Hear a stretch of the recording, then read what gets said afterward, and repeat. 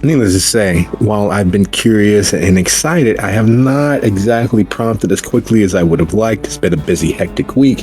It's been a busy, hectic few weeks, but luckily, we have the weekend ahead of us, and we have the start of our weekend right here, right now, with the coterie of Gary. So, do we have any questions, suggestions, hypotheses, or corners we need to round off? I just need to narrow down what's going on. He is on a date. Just following the date. Zach is pretending to be Sherlock Holmes. And I'm getting yelled at by an Irish woman. Apparently.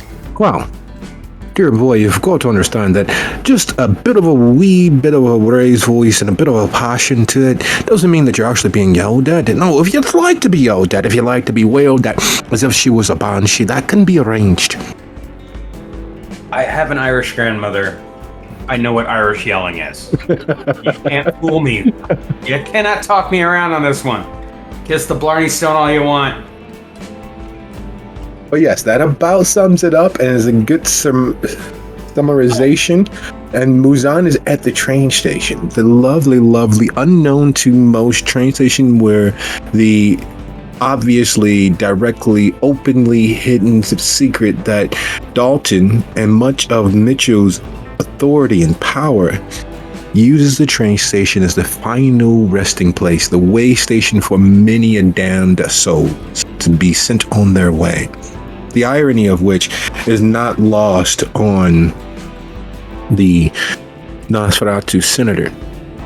It's kind of funny, train stations sending people on their voyages, sending them on their trips, transporting things and people elsewhere, being the last place that most kindred have ever existed. But all the same. Oh, and final round off. Tony's missing, but Zach is the only one that knows. Well, and moves on. Well, Zach believes that Tony does something nebulous, potentially inspired by Antonio, has befallen the man, befallen the kindred. The truth of which may or may not be within the same area of the bullseye. Because there is, unfortunately, Zach, as intelligent as Zach is, as perceptive thanks to the many gifts of the blood as Zach is, not having a guiding star to work from creates an huge mistranslation in what's directly there. There is a pattern to things. There is a hint to things. And while the eye picks it up and the mind has an idea, the intuition instructing that something isn't right, without having an idea of what's wrong, it's just that niggling thought at the back of their minds, like there's gotta be more here. So that's what's going on with Zach right now. He's a dog. This is his bone. When Seth got dragged off by Brigide to get yelled at, Zach missed the opportunity to yell at him first, because he was headed to his room while Seth was headed to the nebulous, shadowy corner that she likes. Yes, right at the bottom of the steps, just to the left of it as you come down. So it's just out of plain direct sight, but gives you a view of the entirety of the open space. So you guys are at that bankhead back where the coterie were initially when Ashley came barreling down the steps. So you guys are back there nicely shrouded and shrouded in shadow. And Zach is busily, quietly going over the room once, twice, several hundred times. While Dia enjoys the exhilaration of simply being, which has not happened for them in quite a few weeks. In fact, the last time that Dia was allowed to simply be, not senator, not child, not emissary, not Overwatch, was before she took the trip to make sure that the previous coterie of Thornton, of Dalton, did not make a mess of things and ruin what could be a very profitable and secure thing for the village.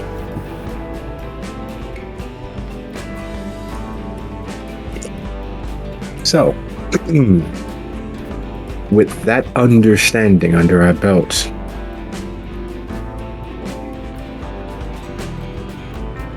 are there any more questions?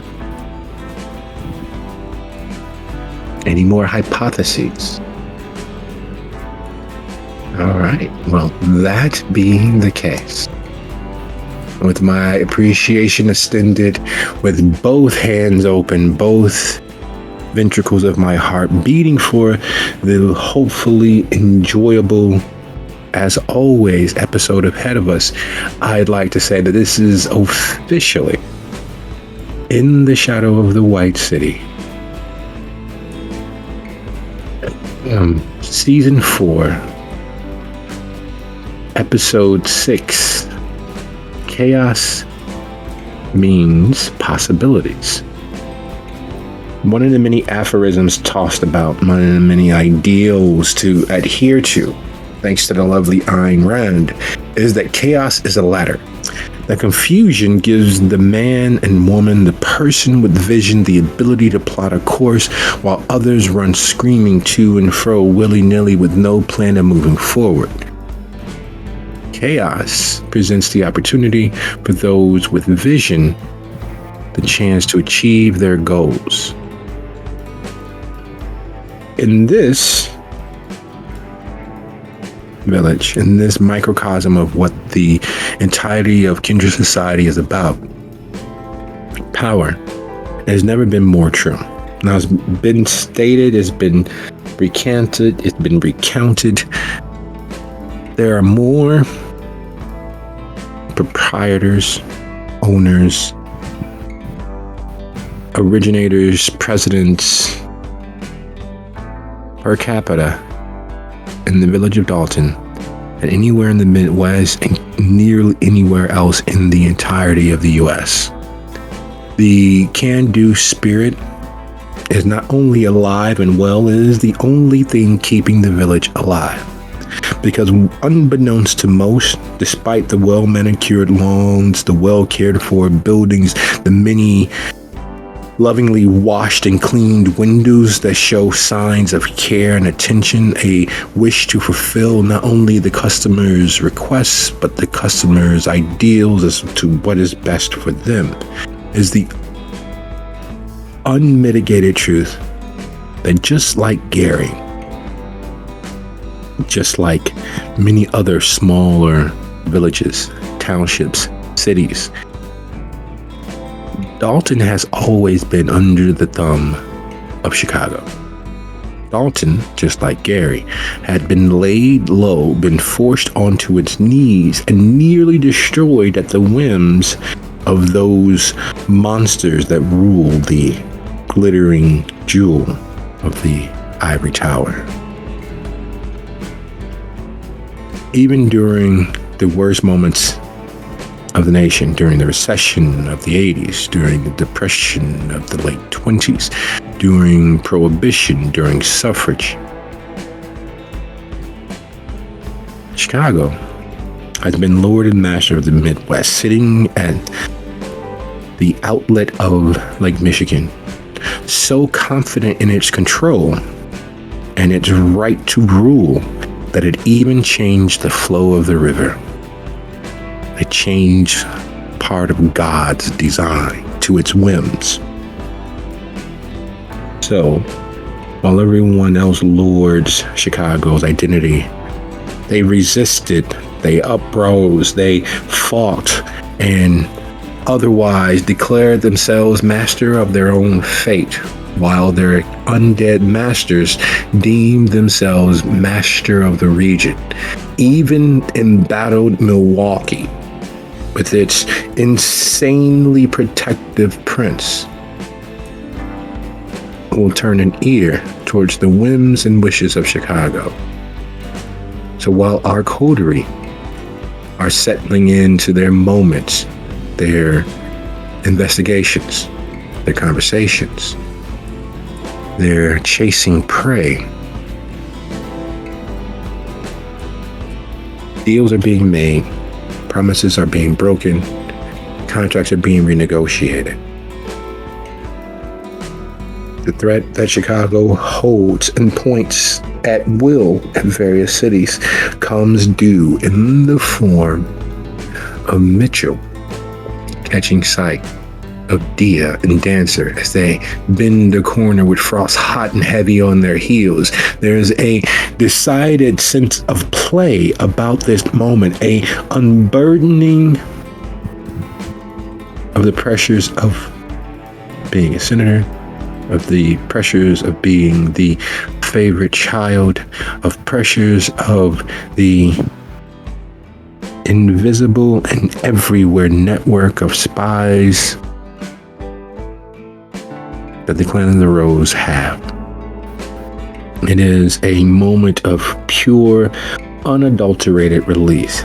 Dia has not run easily in 3 decades. Even when the Lupine bore down on her in her visit to Milwaukee, she didn't run. She settled into the car out of sight and waited. Even when pursued by the barely human, monstrous leaders of the church in Indianapolis, she didn't run. She settled into the back seat as the car sped away. Dia didn't run. Dia doesn't run. But in this moment, the sheer exhilaration of doing so, the sheer opportunity to do so, the sheer enjoyment that this game... I got a kitty climbing everywhere. Let me mute. The sheer enjoyment of the moment is broken as they round the corner, and Dwayne,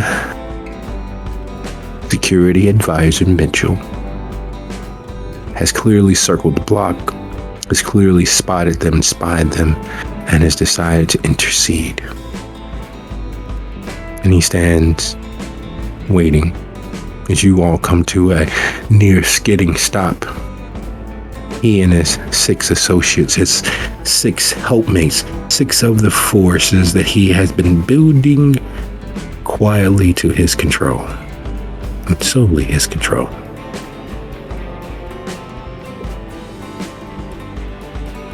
Senator White.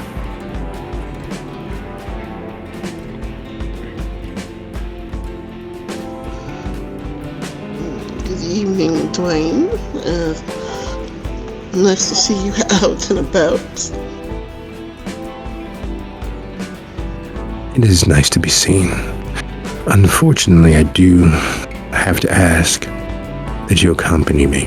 There are matters most pressing as to our state. Have I broken some law by being out for a jog? No, Madam Senator, but it is a matter most important in regards to the village.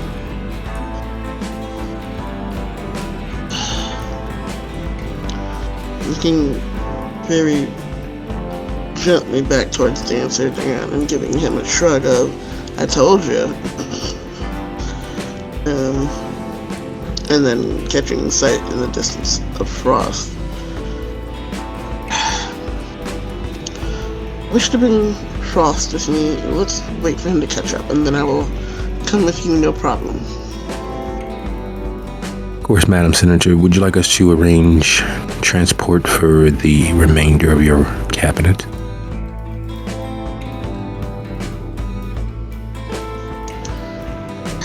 Unfortunately, somebody needs to be at the Pescatier's because they're waiting for delivery, and I have closed the rest of it this evening due to some issue we had earlier. But I'm sure once I call the others, they'll see whether they are free to join or not. And she pulls her phone out of her pocket and sends a text to Seth and Zach with a frowny face that says, ran into the sheriff. He's super grumpy right now and wants me to go with him. Don't know where he's gonna send a car for you guys if you're willing to come. Question mark, question mark.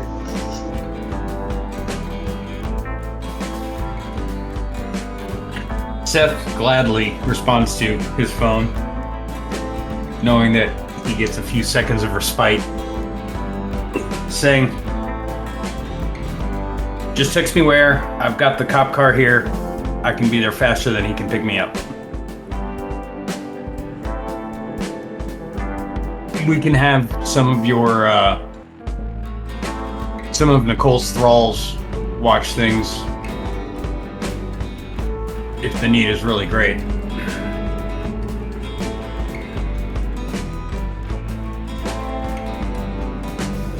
She said to Dwayne, well, it seems they have that on ride. They just need to know where to come. So, what should I tell them?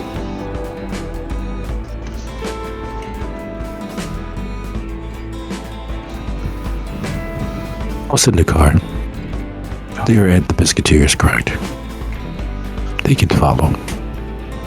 Correct. Okay. And then she texts, he's insisting on sending a car. Just follow it with yours. I roll. Emoji. And Zach just sent his text. It's in the in-character messaging.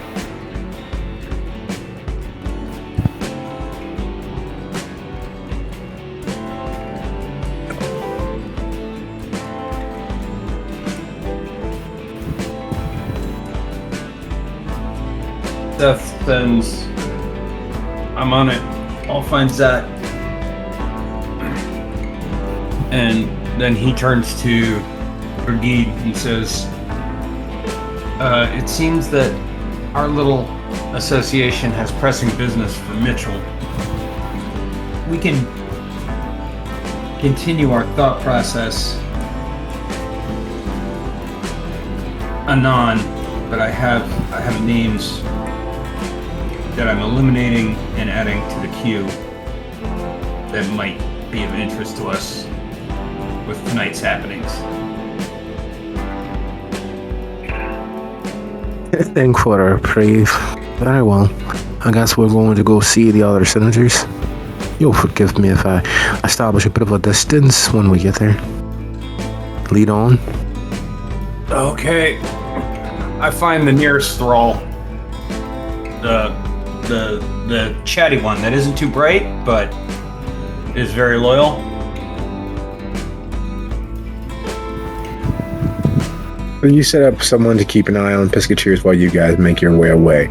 Unfortunately, normally that would be a significant issue. However, in the moment, you have a reprieve and are able to arrange someone to babysit the Piscateers. While that is happening and Dia is conducting their text, Dwayne opens the door, nods at one of the others, and just thumbs over his shoulder. As doing so, Frost, you round the corner, and before your eyes, you know a kidnapping when you see one. There are 7 individuals, all clearly packing heat, all clearly not living.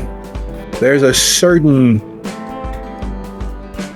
insult you see in that, because while independent from everything you understand from Seth, not rousing the blood, not seeming human, is an act of conceit. You're literally daring someone to realize that monsters are not only real but are amongst you. And then there's also the fact that you didn't realize that being kindred, all of your humors would be tinged and tinted with your vitae. So the small slick of sweat down your back, you realize and notice has a small pinkish tint to it as all of your fluids are soaked with vitae.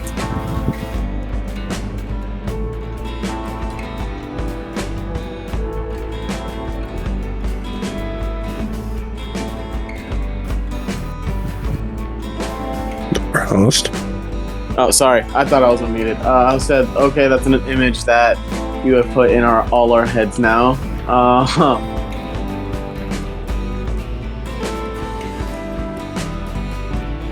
Frost would just be so.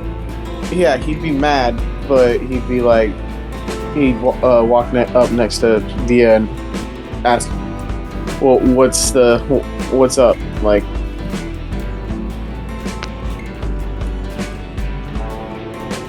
what's going on? Like, even though I get the gist that it's basically a kidnapping, but It's Mitchell. Yeah.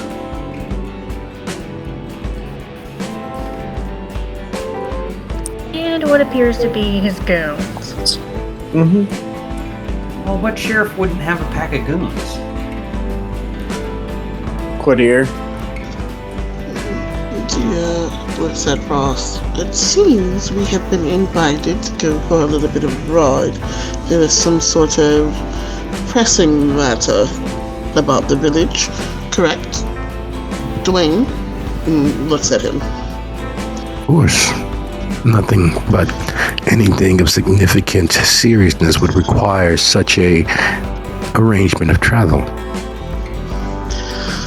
Though it seems strange that you're so intent on me riding with you and your friends when I could just as easily be given an address and get there when I please, as part of my senatorial powers, is it not? Madam Senator, I respect your position. Considerably of a higher standard than it appears that you might. However, there are certain things and certain responsibilities that are inherent in that civil office, and to assume at your pleasure, at your time, denotes a certain inherent lack of respect of that position.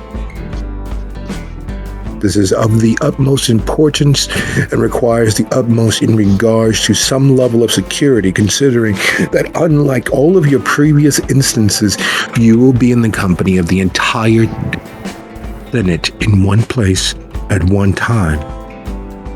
Our enemies abroad would most assuredly choose that moment to make sure that as many of you all will not survive another night. So it is my responsibility to ensure as much of the security as possible. I'm sorry if this interferes with your jog. However, duty must come first.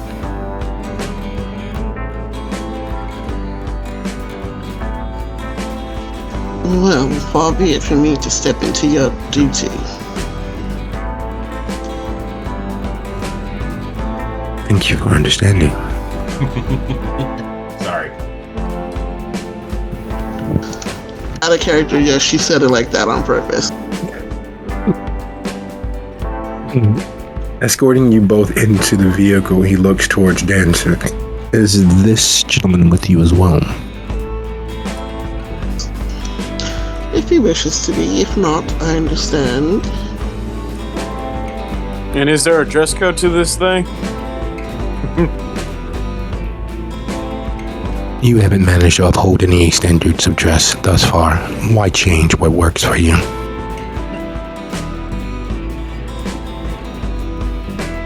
Because I don't want to make anybody feel uncomfortable now.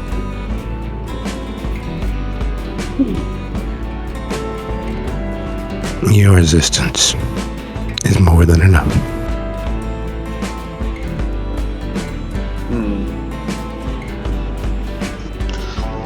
Now, Dwayne. If I wasn't smarter than that, I would think you're insulting a member of my cabinet. We're not doing that, are we? I am so very glad that you do know, and in fact, know better. I am very glad that you all are so amenable to executing the responsibilities of your positions. I'm also very aware that we have already lost 45 seconds off of our time. Would there be any other issues as Dancer moves forward? And yeah, sure, why not? Are there any other street persons you would like to accompany you?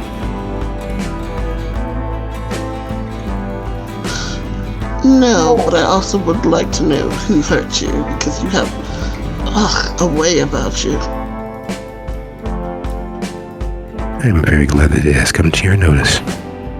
And he moves to the shotgun seat as the SUV takes off. The other two braking north and south along the street. One clearly heading back towards the Pisketeers. The other, curious indeed. Questions and questions and questions. It doesn't take too long before you find yourselves on the western edge of Dalton. As a village, it doesn't take up that much space. However, unlike most villages of the same rough per capita, Dalton sprawls and stretches.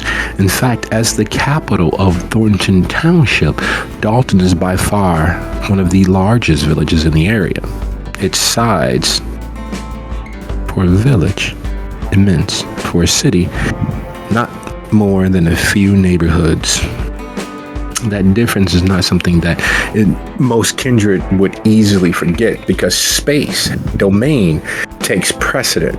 And for so many kindred living among so few humans, space is paramount. Having something that you own and call your own, something, an area, a building, unfortunate as it may be, even just a tombstone in the middle of a graveyard matters more. The value of the property skyrockets by the denseness of the kindred community as they sprawl throughout the entirety of the township.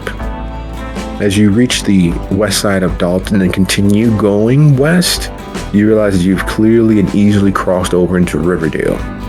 Riverdale, unlike Dalton, is not an independent mecca, is not a former protectorate of the Ivory Tower's crown jewel. Riverdale is as anti-tower as you can be and not be involved in open warfare on a daily or nightly basis. Riverdale is literally, in most cases, the wild, wild west. They scrap and fight amongst themselves with almost the same ferocity they do to unannounced guests. The initial flagship coterie of Dalton carried a missive from Decibel into Riverdale and barely escaped with the skin of their teeth. Even more glaringly surprising, they managed to not incite an all-out war in Riverdale. Things have been tense since, but they have not quite quieted. As you roll along 159th, skirting through Riverdale, you see the immediate difference of what would happen if Dalton truly fell. If they stopped fighting, if they stopped holding on to what was theirs and taking pride in what they have. Riverdale is Dalton's poorer cousin, but not simply because of lack of funds. Riverdale, in fact, per capita, makes more money. They're all employed by another business. They don't own anything. They don't even own the homes they live in, but they have more disposable income, and it shows. Its squalor is one of Yeezy on bums. Its squalor is one where there are name brand homeless bums, drug addicts, and other indigent persons. Most of the people look at least passably clean. And the cars are newer, Some bought as little as yesterday, others to be bought tomorrow, all polished and spit shined, looking as if they have far more money than they do. You keep rolling, the blocks fading away as you find yourself moving further and further west.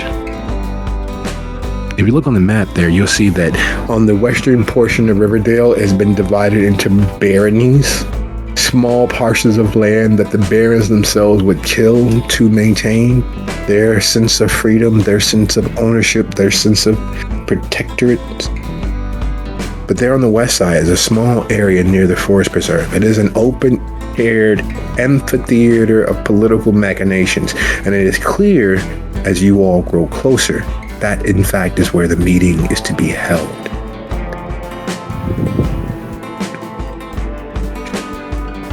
Sliding along, as we know that Muzan is a little busy at the moment, we get to Seth, who's calling out to Zach with Brigitte there.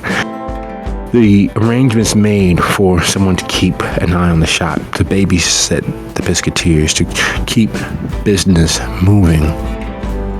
Where do you all wait? I lead Brigitte and Zach to my car. And I guess we're gonna wait in the car till Mitchell's goon drives by. As soon as he drives by, we'll just sink in behind him.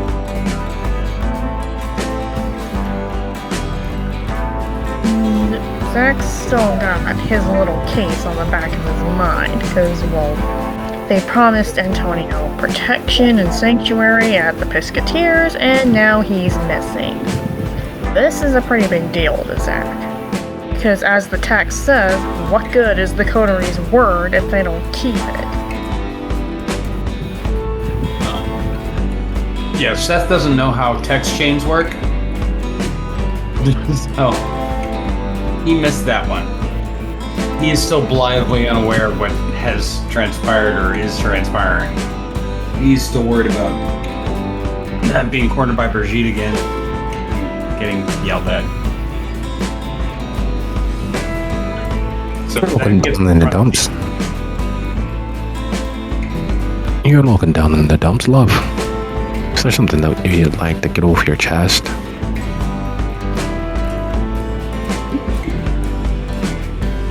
Zach, that's you.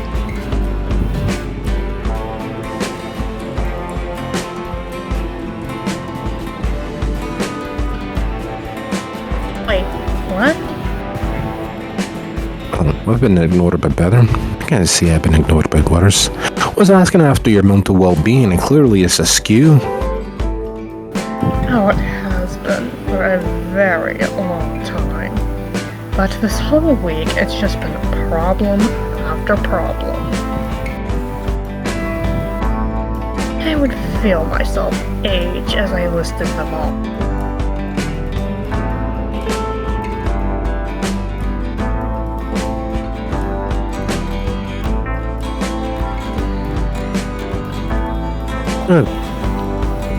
Let's see. Everybody seems to want to make deals with us at once. I am now in a position I never had any desire for. And now one of our guests has suddenly upped and vanished. Wait, you mean Tony Carbonara or whatever the hell his name was? I knew I should have written that down. I was just so mad, and I liked calling him Carbonara. He's gone? Yes. After a little talk and me venting, which proved to be surprisingly therapeutic. But he's gone. As in, I am unable to find him. And stranger still is his rearrangement of the furniture. There is something there, but I just cannot find it. Did you draw? Here, he takes out his notebook, like nearly dislocates his shoulder trying to get it out. Here's a pencil and paper. Draw what he did. And then he looks at Brigitte. I think we know what Muzan was here for. Yes, this is exactly the sort of thing I was suspecting. And he starts drawing everything out to the best of his ability. Well, not to spoil the soup, as it were, but you're the one associating with one of the Orlocks. Now, I'm not sure how exactly old you might be, but one of the many things about the Orlocks are they're spies and assassins, the first of our sort, before all the Hakamite nonsense that most speak on.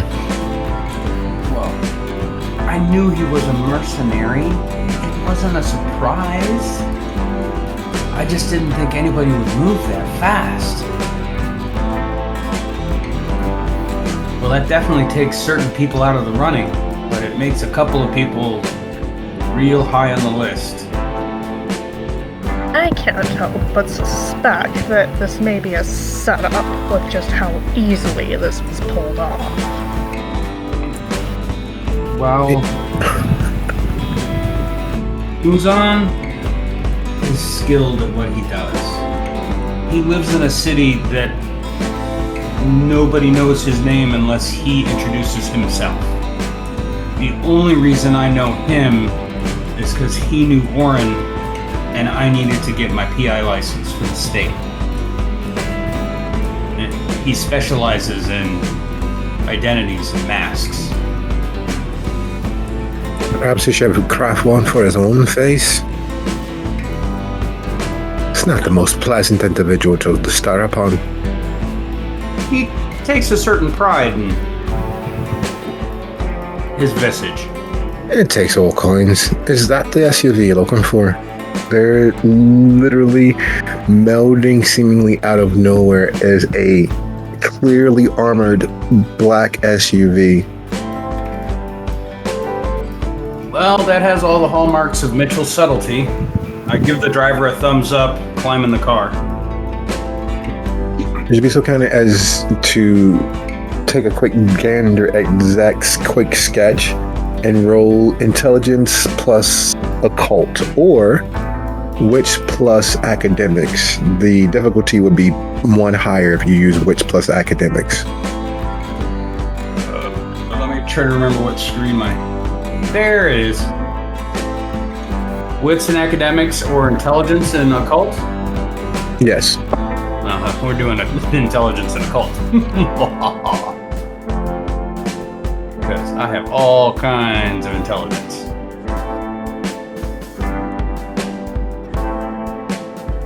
That's what they all say. Fortunately, my occult skills are reflective of my inability to sit down and study. Oh, wow. You see it immediately. It makes no sense with it being made out of furniture, but somehow, in a very short amount of time, Antonio Callubularshi arranges the geomancy of the room to increase the flow of energies from, based on what you read there, he was pulling from a ley line, a nexus point, and increasing the strength and efficacy of his previous workings. And you've seen what he could do with 4 hours of prep time. So a little bit of surprise as to how quickly he moved is about all you can muster. He somehow found a way to channel a ley line into some workings in less than 15 to 30 minutes based on when you all found Muzan leaving. Oh, this is not good. Okay, for those of us not magically gifted, and I'm explaining this while I'm following the SUV. For those of us not magically gifted or, studied at all, what he basically did is he used an underwire power conduit to sneak his way into the Pisketeers. And what he did to your room was basically driving a lightning rod right into that power line so he could suck power out of it into the Pisketeers. Would you mind? that.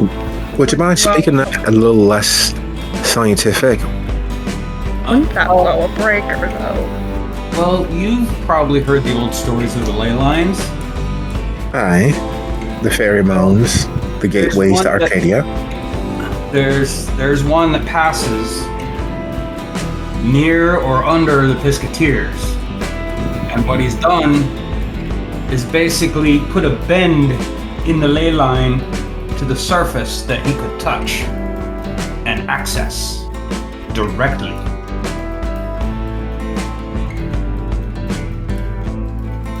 But aren't you the same sort of witchy-eared warlock? Wouldn't you have noticed such a thing?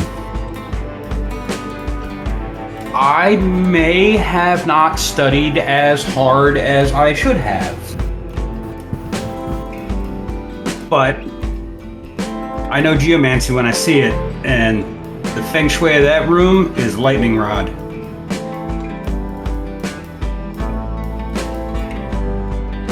No, I get it. I do. So he pulled mystical energies into himself, into what he was doing. Why would you need that much energy? And how did you make that energy not noticeable by others? Well, if you're not looking for it, or you're not directly trying to tap it yourself, I wasn't doing any workings in the room, so I wouldn't have noticed my spells getting stronger, my rituals getting stronger, unless I tried them. And those not often tapping into the hermetics wouldn't have felt it, other than more than maybe a coldness or a unwanted breeze. But that much energy, and it's bypassing any protections that the Pisketeers had when Nicole owned it, and I haven't had a chance to add any. So, but this ley line goes underneath and then up into the middle. So whatever he's working is going to ignore any protection that building had. And the last thing he used the energy for was to move himself there from where we ended up. So it could be a teleport. He could have people coming in after him. Or he was getting ready to set up a defense and make the Pisketeers his own personal little castle. But you said that's a lot of power, and no one outside would have noticed. But if he wasn't... Here's what I'm getting at, and it may just be me, but Zach, what's one of the main rules, one of the main traditions? Isn't it about hospitality and domain? Oh, he's breached the hell out of that. But did he? Didn't Zach just say that he was a guest, which gives him hospitality? And if you had a non-interference for him, if you're making an Elysium for him, that makes him part of the domain. Wouldn't that amplify a thing? It would make any Elysium laws very easy to enforce by whomever set up the protections, the wards, and the power tap. So Yet your mercenary friend, your warlock, was able to get in, as skillful as he might be, and make off with him.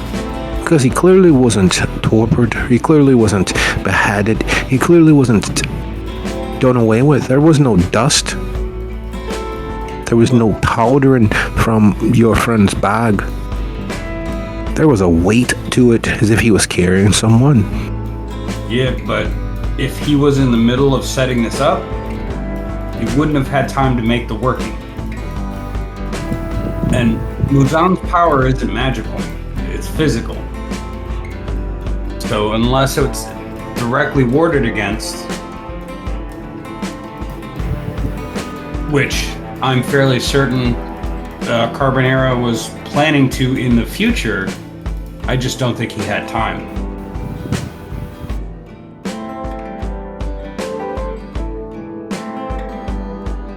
Zach, was there anything else besides moving the furniture around?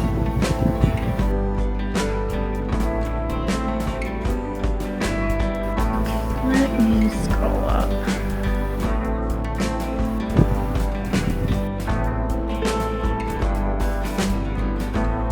With that question hanging over the associates in the car, we turn our gaze towards Muzan, who is at the final resting place, the last place most kindred who have been done away with ever see with their undead eyes. Arranging a fire pit from sundry parts and bits of wood and getting it stoked is a difficult thing for most kindred. Would you be so kind to roll 1/3 your humanity plus your unspent willpower?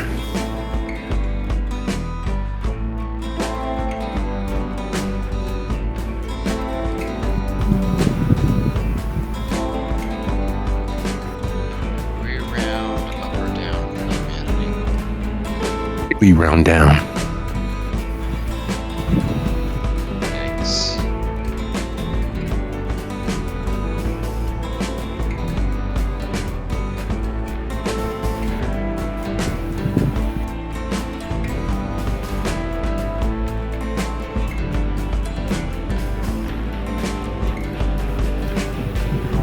Hunger add to this one.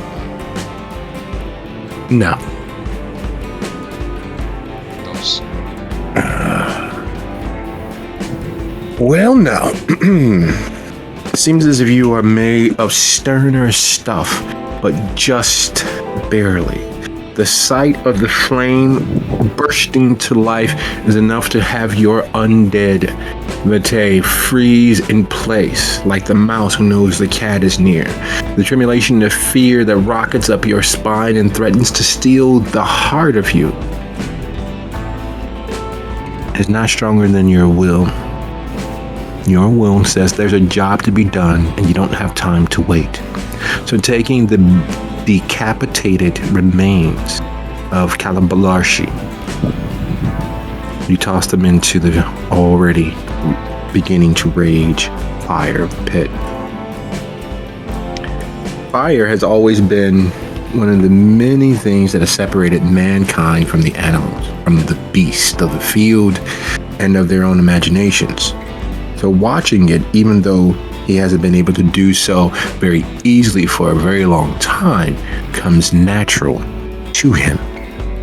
The moment the body touches the flames, there's a whoosh of blue and green flames mingling together. You'd swear that they are dancing up into the night sky before they return to their red and yellow. The body doesn't burn. It hardens like you're annealing something, like the metal is being heated to its most dense and strong point. The heat transmitting through every portion of it, the fibers of the clothing burning away, but the body remains.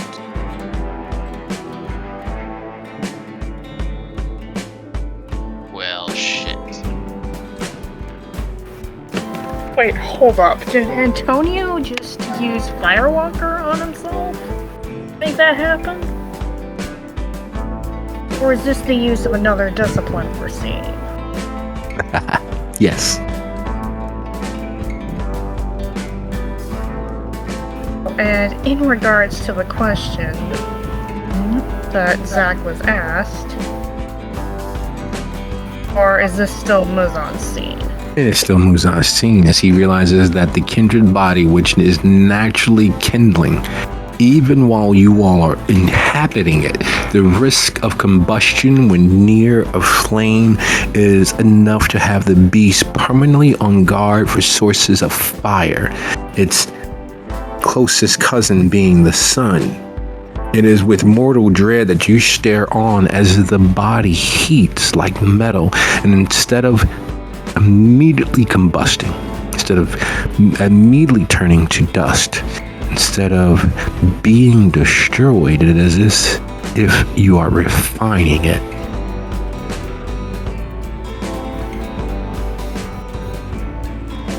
Well, this didn't work out as planned. Time for plan B. Which is to find out what plan B is. Alright, let's see. Lumuzan starts rummaging through the sack he brought. He's trying to see if he brought any sort of hydrochloric acid or something that might help dissolve a body, as you do. He's not even sure if he brought it himself, as he wasn't sure he would need it.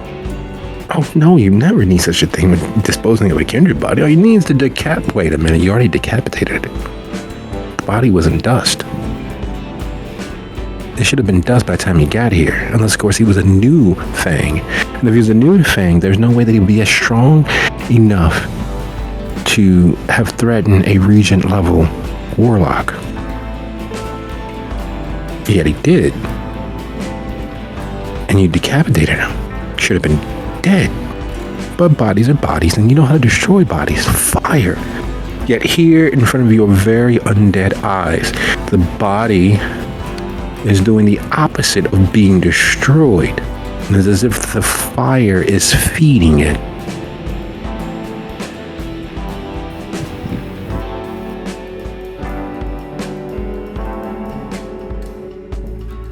Right, so Muzan's gonna try and put out the fire now. If he can. If he has some sort of like covering for the whatever trash can he put this body in to burn it. Okay, roll your resolving composure.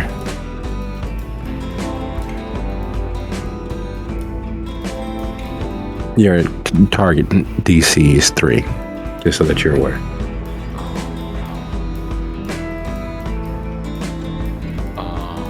No. There is an often charted out chestnut that discretion is the better part of valor. Muzan is never a coward. Muzan is never afraid of the very realities of this state of being, that death is never far. In fact, you carry death with you everywhere you go. So the idea of death is not a foreign one. It's not something that he hasn't wrestled with before. It's not a concept that he doesn't understand. Yet the moment he begins looking for something to cover this, the moment he begins saying fuck it and throwing dirt to try to put the fire out, the fact that a hand raises up out of the blaze is enough to freeze him in his steps for exactly 10 seconds. Before he even realizes what's happening, his body is backing him away. What do? You have one action. He's gonna kick over the trash can and find a place to hide and observe what happens next. Basically, kind of get away from himself, run the opposite direction, and hide to see what happens. As the can goes end over end, Muzan is a strong guy, but he's not that strong. Seems as if something else was happening at the exact same time. Whatever that was that caused the hand to lurch, because, fire is fire, dead is dead. There's no way that, and the can goes end over end. He backs away, steps into shadow, hides out of sight, sure that the darkness will hide who he is, now that the flame of the fire is no longer illuminating this particular area. And then he sees it. The body pulling itself from the flames as they slowly begin to cool, picking up its head. Reattaches it, and you can hear a sickening squelch and crack as flesh that has responded like metal clearly is still flesh.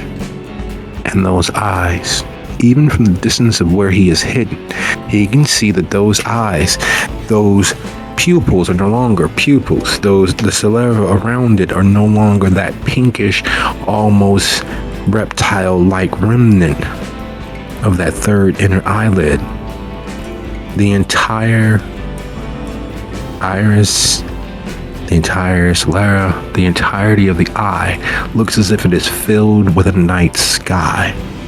And the flames that had coated the body and should have burned it into nothing move along the skin, those embers that don't die, those flash sparks settling in the hair, ringing the head as if it was a crown made of entirely living flame. And it turns, scanning its area. It's clearly looking for something. Clearly searching the dark. And then it turns away from you and begins walking into the darkness. The only remaining light, that crown of flame round its head, begins to dim the further it moves from you, and is once more simply a naked male corpse walking through the night. Muzan's going to follow slowly behind it.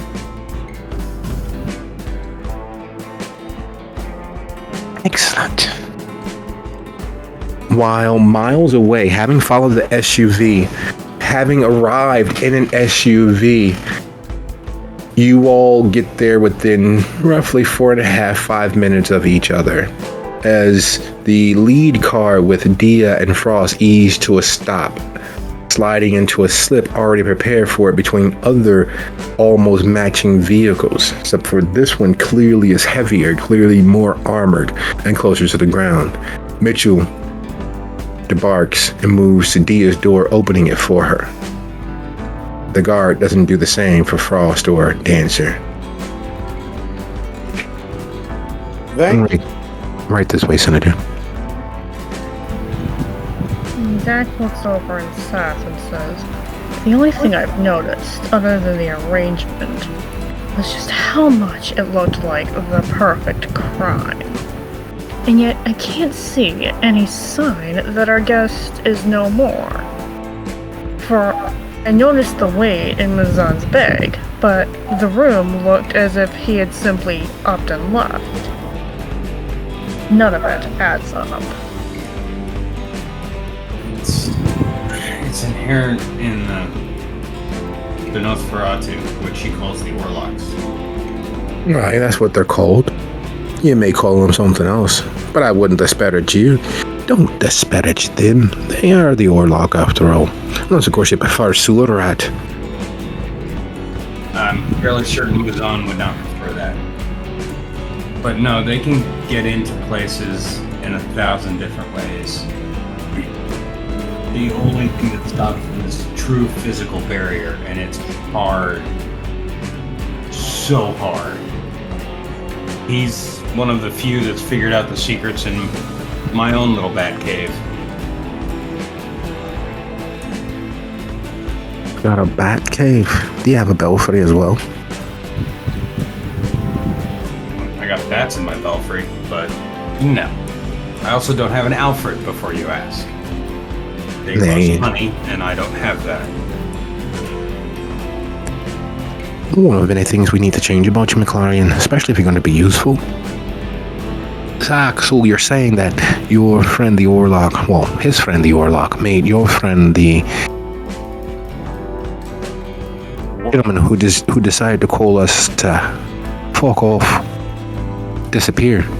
That's one hell of a magic trick now, isn't it? Well, he fucked off from Gary and appeared, so it's not beyond his ken to disappear, but with what he was doing with the furniture, he wouldn't have left until he was done. And we'd have known when he was done if we were all locked back in the Pisketeers or it was a smoking crater. Because that's the kind of power he was channeling.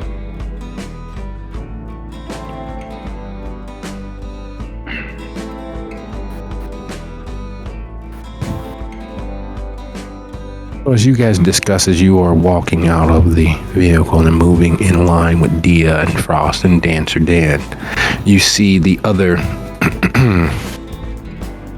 senators and their cabinet all moving through the trees from the various parking positions toward the center of the preserve, a open air amphitheater that most people don't realize are here.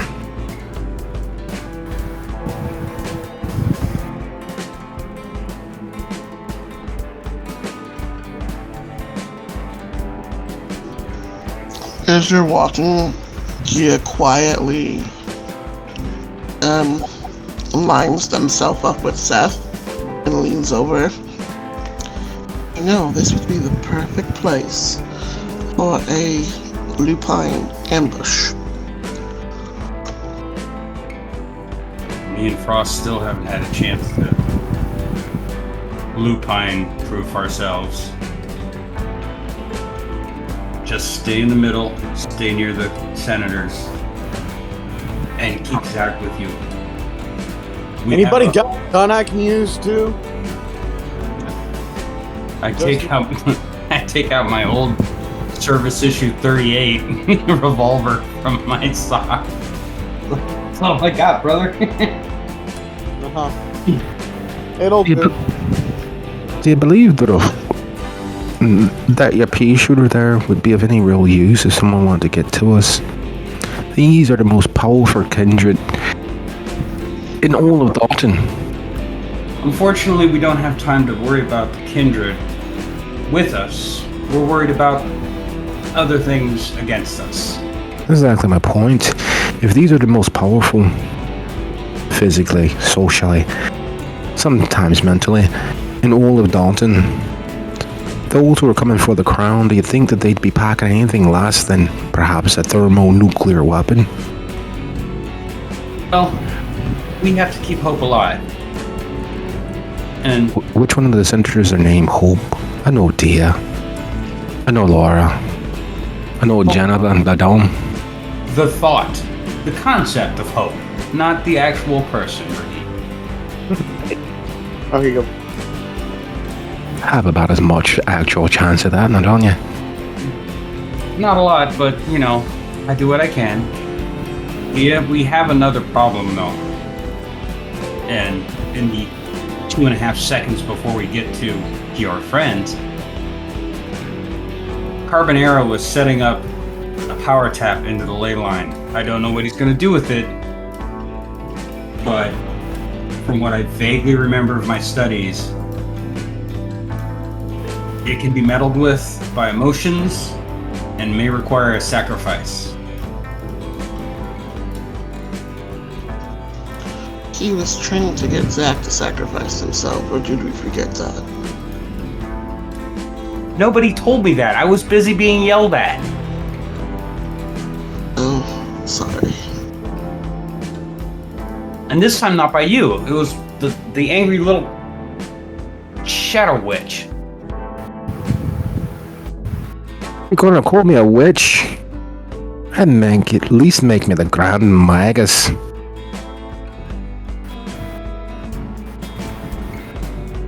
Regent Rich and Regent Cone would never forgive me. But they're not the ones that you have to be close to. Yeah, but they're the ones I have to suck up to. So you do know how to use your lips after all. We have to see about that. And the moment that she says we have to see about that, you guys have officially reached the edge of the amphitheater. The Dom has already taken the grand days in the middle of the amphitheater. Spread around the Dom are the other senators.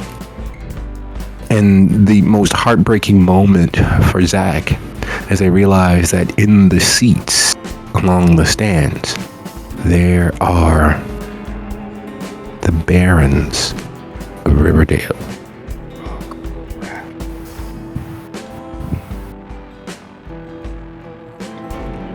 The grand high leaders of the Anarch movement. The free state of the Republic of Riverdale, here at the same time as the independent nation of Dalton. two empires in one place at one time, filled with kindred as old as several centuries to as young as several months, is rarely a good time. Angels and ministers of grace defend me. Zach, I need you to be the personal attaché to Dia. This is not an area where me and Frost will excel. Zach composes himself as best he can while internally cursing the position he's in, being both a resident of Riverdale, who is an anarch, and also part of a cabinet of Dalton. If it makes you feel any better, Seth is an Ivory Tower Tremere.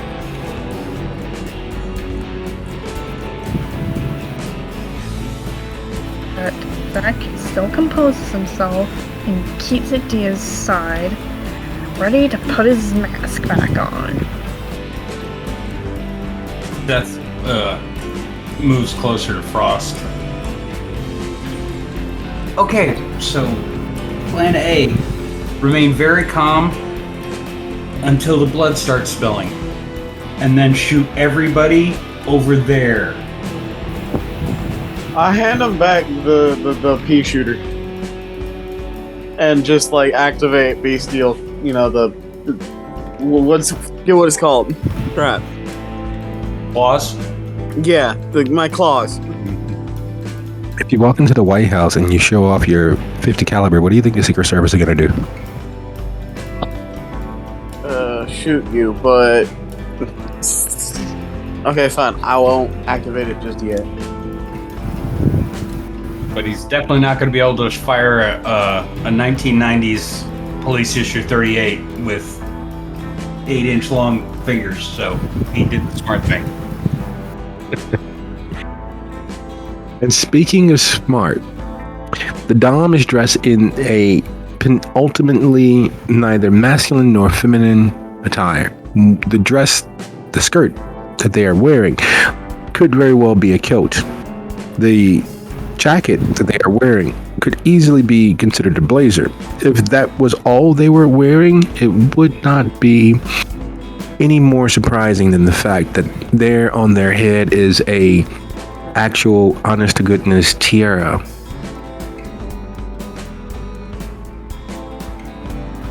Ladies and gentlemen, kindred of all ages, this is a momentous occasion. We have the opportunity before us to be more than either of us individually. We have the entire... Is Severino going to make it? No, he's busy or something else. He called in. Okay, he's not going to be here. Well, nearly the entirety of the barons of the Free Republic of Riverdale. We have the entire Senate of the independent nation of Dalton. We have come to an understanding that with our borders abutting, with our previous history of cooperation, with the grasp and understanding that Chicago has declared war on the Bahari, that they will come to either or both of us seeking sanctuary against Chicago.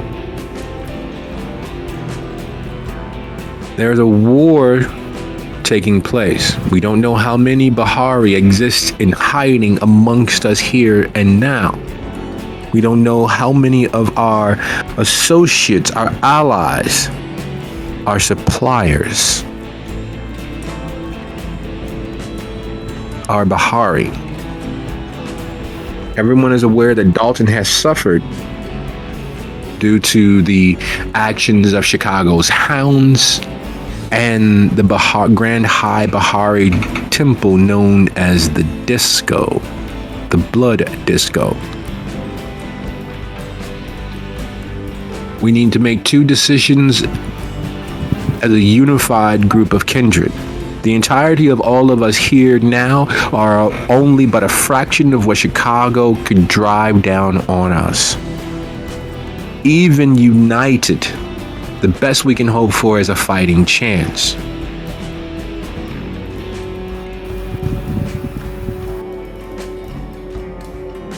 And while I am not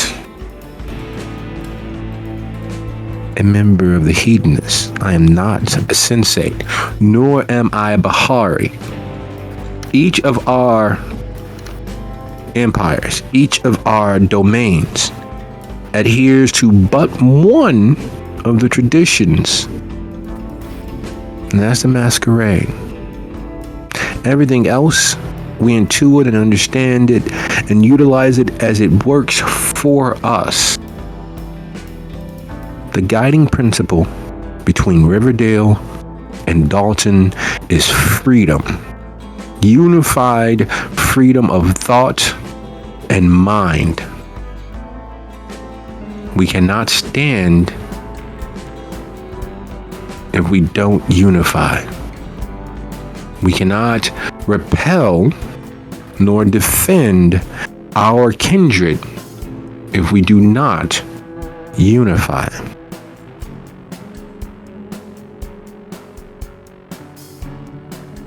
We need to make this decision now, and those who stand against it need to be laid bare, and we need to man the ramparts. We need to be prepared, and we need to do it now. And it's not an individual moment. There's no time for grandstanding. There's no time for dissemination. Where do you stand? Are we in this together? Will we support our allies openly? Or will we kneel to the crown?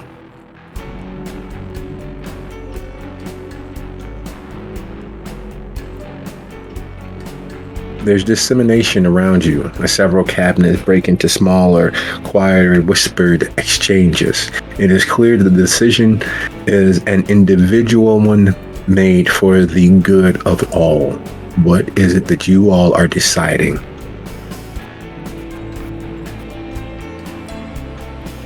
Well, right now, Zach is relieved that the scenario in front of him is not the one he was thinking of.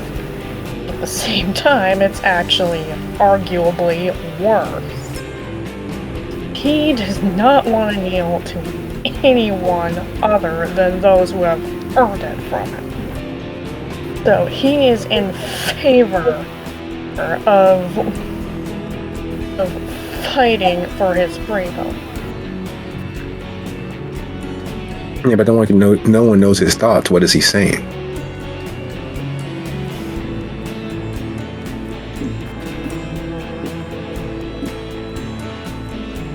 Zach raises his hand.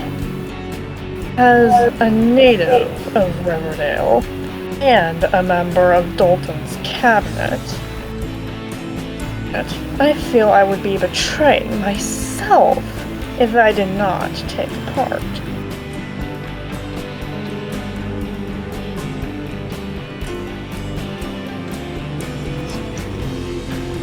So, this is the second time this evening we have been asked to go to war, or prepared to go to war, if I'm counting correctly. And your vote, Zach, which I will take into account, is yes. Okay, Seth, what do you think? I've never made it a secret that I have ties within the tower as well as within the chantry.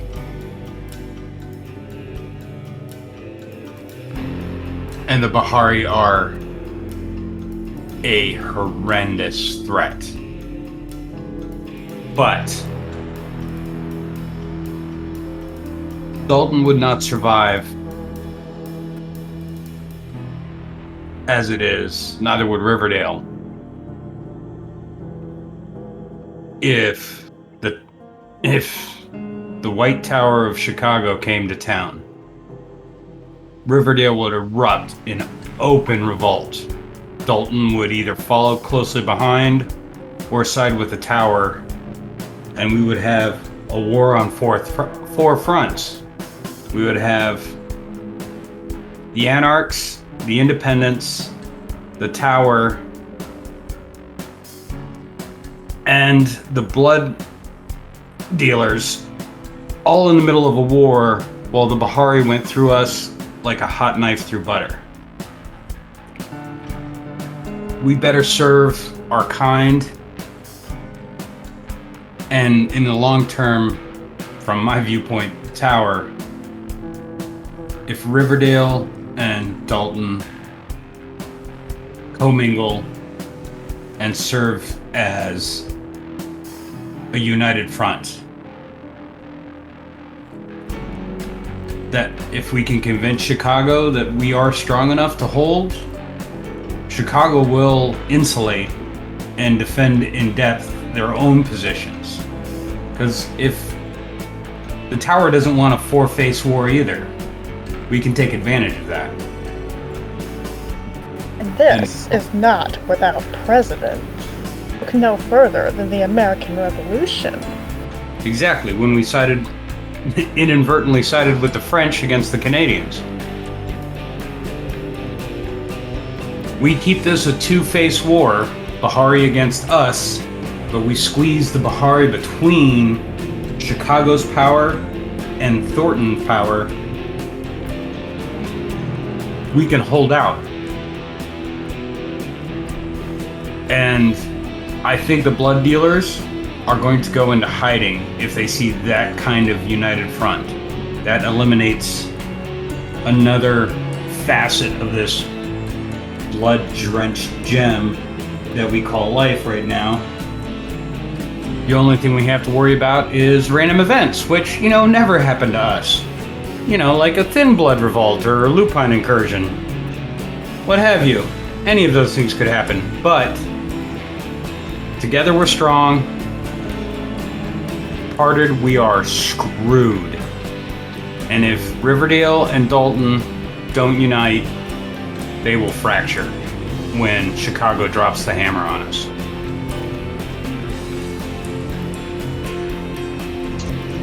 Okay, so that was a very long-winded and well drawn out yes to Frost.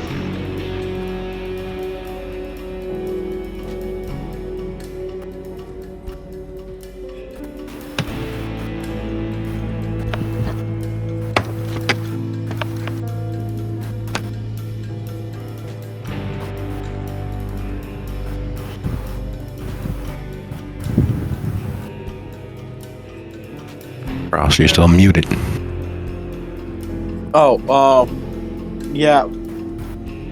Rock would just let, everyone else speak, and, he would also just, if everyone did just look to him, he'd be like, my loyalties lie with Dia.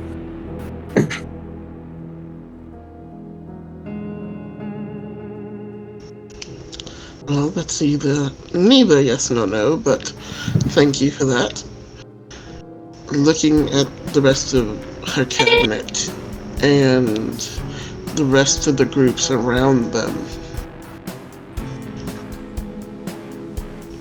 the weight of so much just presses down on them and makes them feel like this decision is one of the most, if not the most important decision they've made since they've become senator.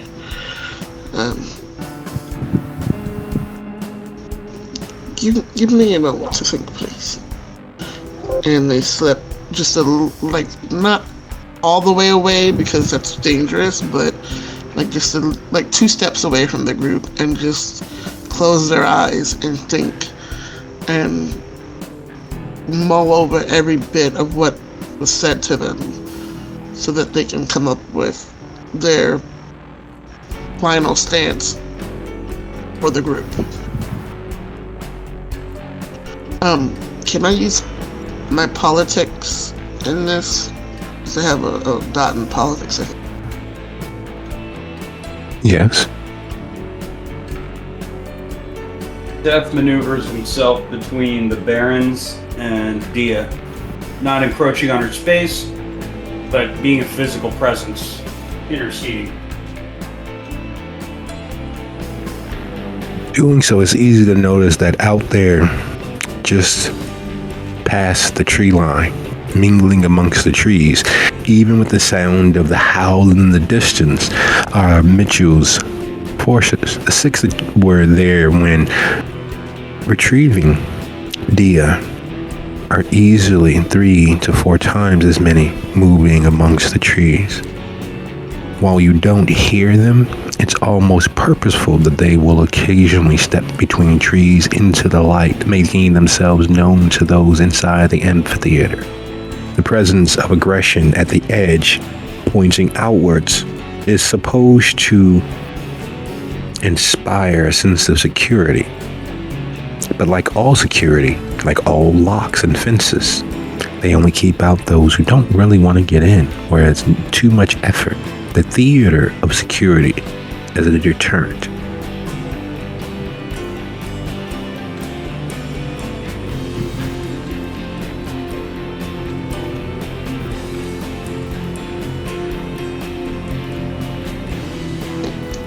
That was an intelligence and politics roll.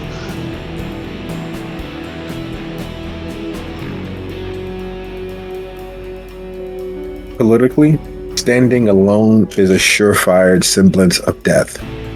Standing together may be able to make it a protracted issue, but even combined, there are not enough kindred in the Thornton Township for an actual front against any city the size of Chicago, especially when the city the size of Chicago is overpopulated with kindred.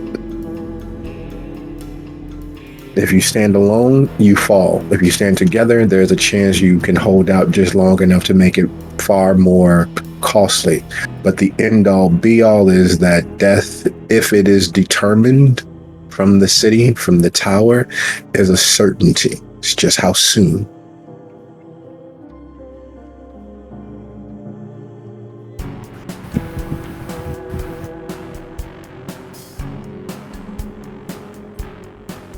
So it's more about, do they fight or do they roll over and take it? And obviously, most of the people here don't want to just roll over and take it. They want to fight. Yes, most of the people here. There are more barons, even with Ceferino not being here, than there are senators. Counting senators, advisors, and their cabinet members, it's roughly 51 to 49 in regards to population. Riverdale over Dalton. Together, you all could put together a united front strong enough to hold out long enough to actually make a stance. Otherwise, there's a sure factor that, yeah, there's nothing you all would be able to realistically do. It's just a matter of time. There's also the fact that if there is a vocal outward dissenting voice that it very well could ostracize you, making it even worse for that particular kindred. Silly question. Actually, not silly question, but silly action. During her self-deliberation, Seth is going to take a peek at Vu and Felix if he's there, and see how they're reacting. Wits plus subterfuge or wits plus politics, because they are engaging in conversation as if they are discussing the raise and price of tea. Yeah, I knew they wouldn't be overly effusive. Subterfuge, there we go. Crap. Passed.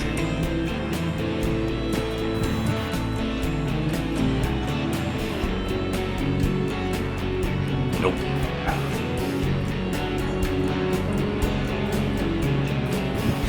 I thought I'd give it a shot.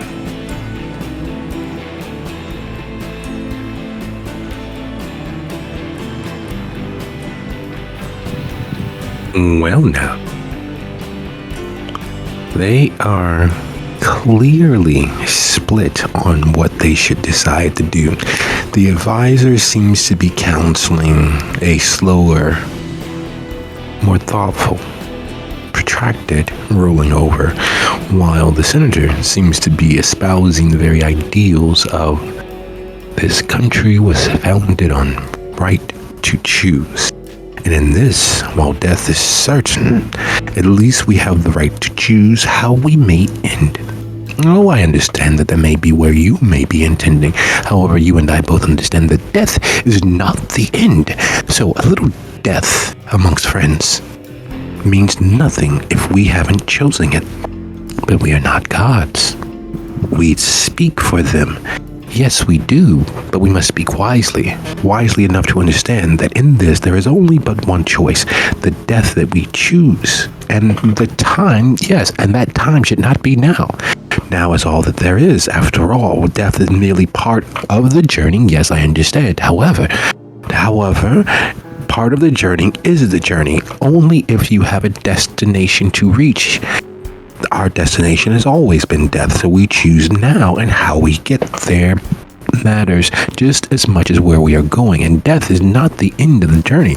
You've said that already, and we don't need to go back and forth, but we have no choice in this matter. You refuse to religion. Understand that you are choosing to be comfortable, to enjoy this life is all that we have, because it is not life. It is the closest facsimile that we have, which is all that there is, and sacrificing it for the greater good is all in our particular choice. And it is not good that we exist as cowards. No, it is not. We should not ever exist as cowards. Coward was not what I was going to say, but I understand your penchant for revolution, freedom, choice. Yes, you understood this from the outset. The outset of what? Us getting together, me making the greatest mistake that I ever have with you, and your choices to do such foolish things are never unworth our time. So they're just doing their normal Wimbledon back and forth that is incredibly hard to follow. But what I'm pulling out of the whole thing is they see death as a goal, not something. Okay, I can use that. Thank you.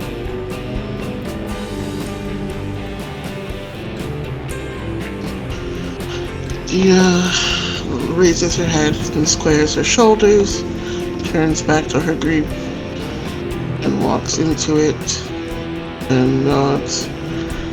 Okay, I have listened and as to... Dia begins to open her mouth, we switch our gaze to Muzan, who's trailing behind the formerly glowing hot corpse. Would you be so kind as to roll your stamina plus your athletics, please?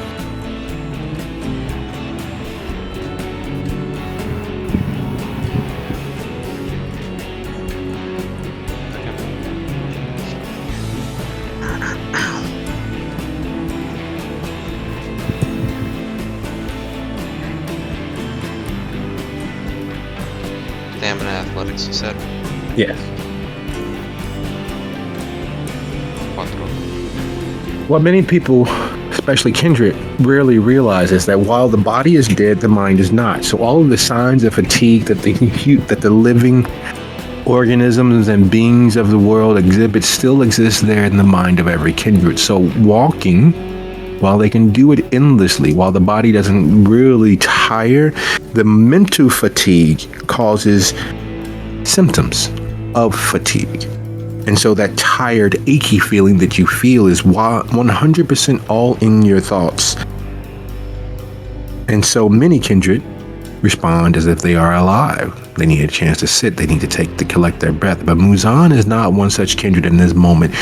Following in the wake of what can best be discerned as the most anomalous being he has ever met. The most anomalous thing he has ever seen. He manages to follow it as it moves across the village, exiting long and wide, managing to somehow avoid every center of wakeful humanity, avoiding streetlights, avoiding cameras, avoiding cars, even when crossing the several streets, managing to exist almost in perfect harmony with the world around him and choosing to avoid it. Muzan has never seen such a phenomenon not be the product of the gifts of his blood. Obfuscate has people who move away from you, who don't see you. It is a trick of the mind that forces you to exist in that space where they are not. They will typically move out of the way. They will not turn in your direction. They will, even when standing less than 3 inches from you, not be able to see you. And that seems to be similar to what this being is doing, existing in the between spaces, except for unlike Obfuscated, it is not his will forced into the world. It is as if he has found the timing and path of the world itself.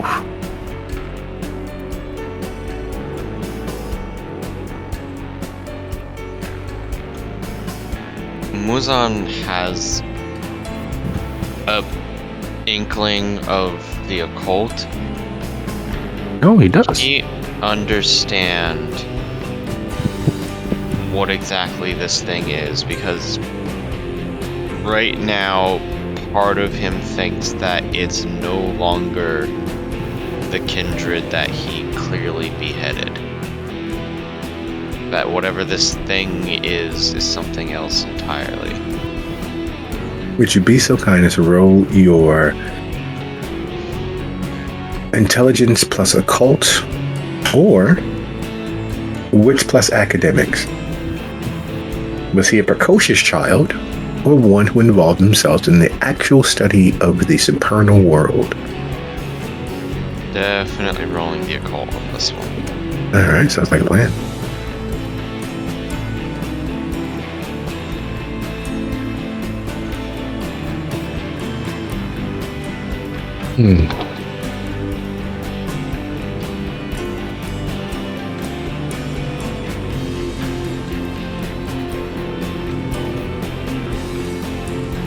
It's a shame that one of his favorite books growing up was The Legend of Sleepy Hollow, with the Kuoka clan, the headless horseman serving the will of the vengeful, being the monster of everyone's nightmare. That is almost assuredly what Muzan believes is there ahead of him, moving in some strange between time of time. Right in front of him, the real life embodiment of the headless horseman. After all, he did see the body, the being, whatever that is, put its head back on. Of course, didn't in that story, once the head was found or attached, it stopped being supernatural?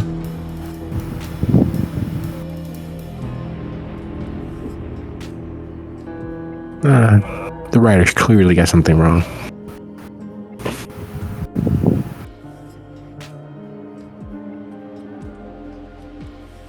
Muzan's gonna keep following, he's going to keep observing, and he is still going to look for an opening to strike. Okay. Maybe so kind of. As long as this thing is walking, his mission isn't complete. No, it is not. Would you be so kind as to go ahead and roll your wits plus larceny or wits plus insight? Wits and larceny it shall be.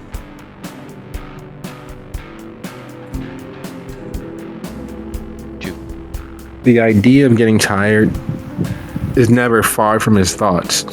But the idea of getting tired, the idea of giving in to that mental exhaustion is anathema to him. There was a mission there, and that thing, that kindred, that body is living in proof that he did not complete a mission. It is as big of an insult to himself as he can see ever happening. His actions, his skills define his life. It is his avocation, along with the very real need for the more than occasional bouts of peace where he's left unbothered by the world. all the same, he keeps his eyes about him, he keeps his wits about him, preparing to get close enough to make sure that it stays dead this time. He knows he can lift it. He knows that he can, if dead, he can dismember it. He knows what he knows. And knowing what he knows, he spots the security around him. He spots the people moving to and fro at the edge of whatever this gathering is. He spots all of the forces that should be able to see this being approached, but are, because of how it's moving, slipping between gazes, slipping between time itself, it seems. No one realizes that he's there, and ahead of him in that clearing are a plethora of gaggle of kindred. He sees many unblushed faces. He sees many faces that he recognizes, namely the very Dom of Dalton. Did Antonio just go to them? There is the advisor to Dalton, the preeminent Baron Wainwright. There's the fucking Nosferatu senator, and several clients all gathered as this corpse, this person, moves into the middle of them. His schlong, his nakedness, his naturalness, his seeming life, a sign that Callubularshi is not dead. And Dia steps into the space to open her voice, and she says,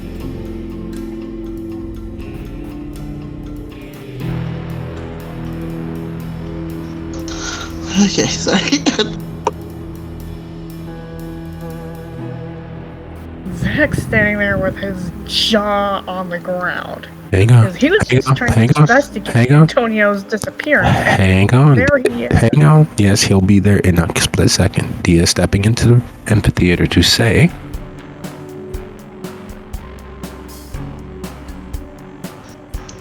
I have listened to all you have said and taken it into account, and we will stand with the group. and as you say, we will stand with the group. Antonio walks into the middle of the amphitheater, sans clothes, sans anything except for eyes filled with stars.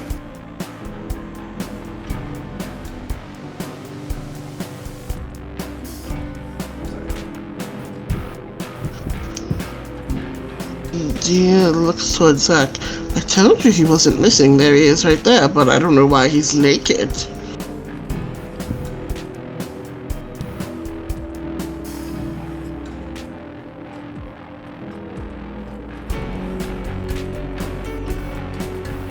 How obviously transformed is he?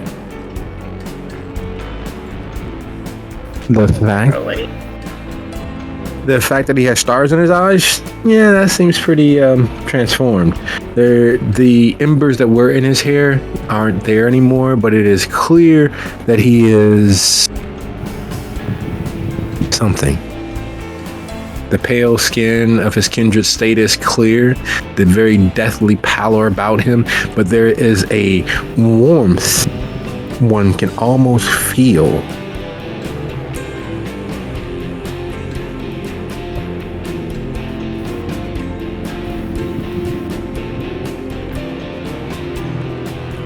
Faces and eyes turn towards him. Now, Muzan, would you have kept your obfuscate up and that mental pressure on this entire time?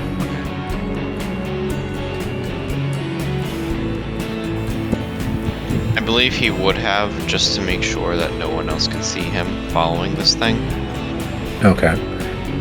Anyone with specs? Well, first, Muzan, would you go ahead and roll your dexterity and stealth plus your obfuscate?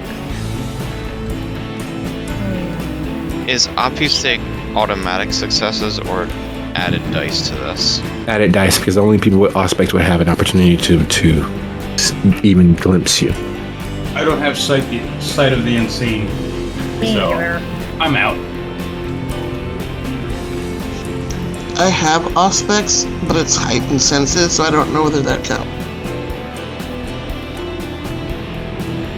does my specialty in ambushes apply here? Yes.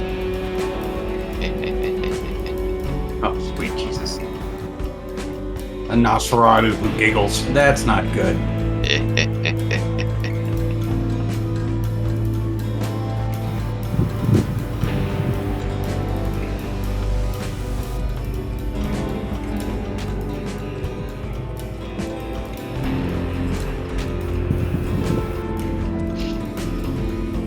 So, as Callubularshi walks into the center of the amphitheater, moving towards the Dom, Oh, no. Dwayne moves towards Callubularshi to interpose himself. Callubularshi doesn't stop. Dwayne is a blur of shadow, blades, and death. There's nothing living or unliving that should be able to withstand the sheer number of blades that appear from nowhere. There's nothing living or unliving that should be able to withstand such a barrage. Callubularshi moves through Mitchell, stepping directly towards the Dom, who takes up a defensive position. There's strength and power in their stance. There is a clear skill prevalent. The other senator security team begins moving and blocking their senators or pulling them away as Mitchell's men descend on the Dom and Callubularshi. Seth is, at this point, running to back up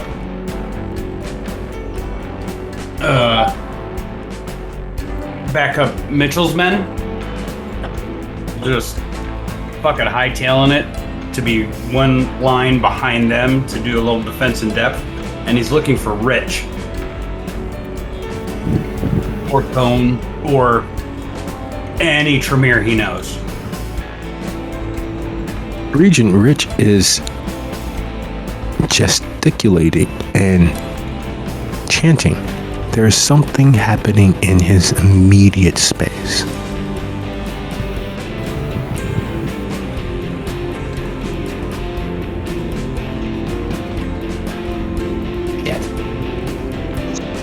Dear sighs. One evening without bullshit happening.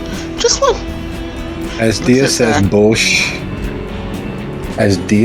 bullshit happening, it's over. Callubularshi, hand goes through the Dom's chest, removing their heart and roughly 6 inches of their spine. So me and the rest of the guards kind of got brushed aside like wayward grass. No, your attacks all hit. But I mean, he went through us like we weren't, like he took the hits like we were spitting on him. Yes.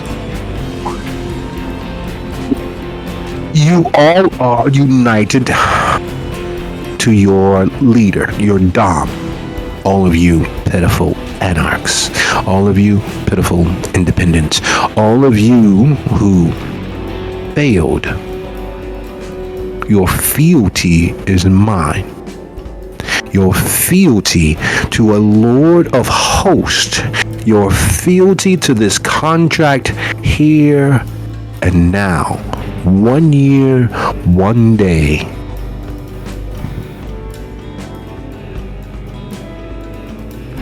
And we will oppose all outsiders. We will ensure that Thornton Township remains inviolably independent. You stand against me, and my servant will summon me once more, and you all will meet the same fate. And he takes a bite of the heart, spitting out the bones, and throws the heart over his shoulders. And the stars fade from his eyes. And Callubularshi is standing there once more. those bright blue eyes, that devilish smile, and that immediate instinctual dislike you have for anyone who is so free, so unreserved, so unrefined. And as he looks through his own eyes once more out into the gathered kindred. So, yeah, is it me or is it cold out here? Oh my god, I wish it did. And it's 9 after the hour. We'll be back here at 19.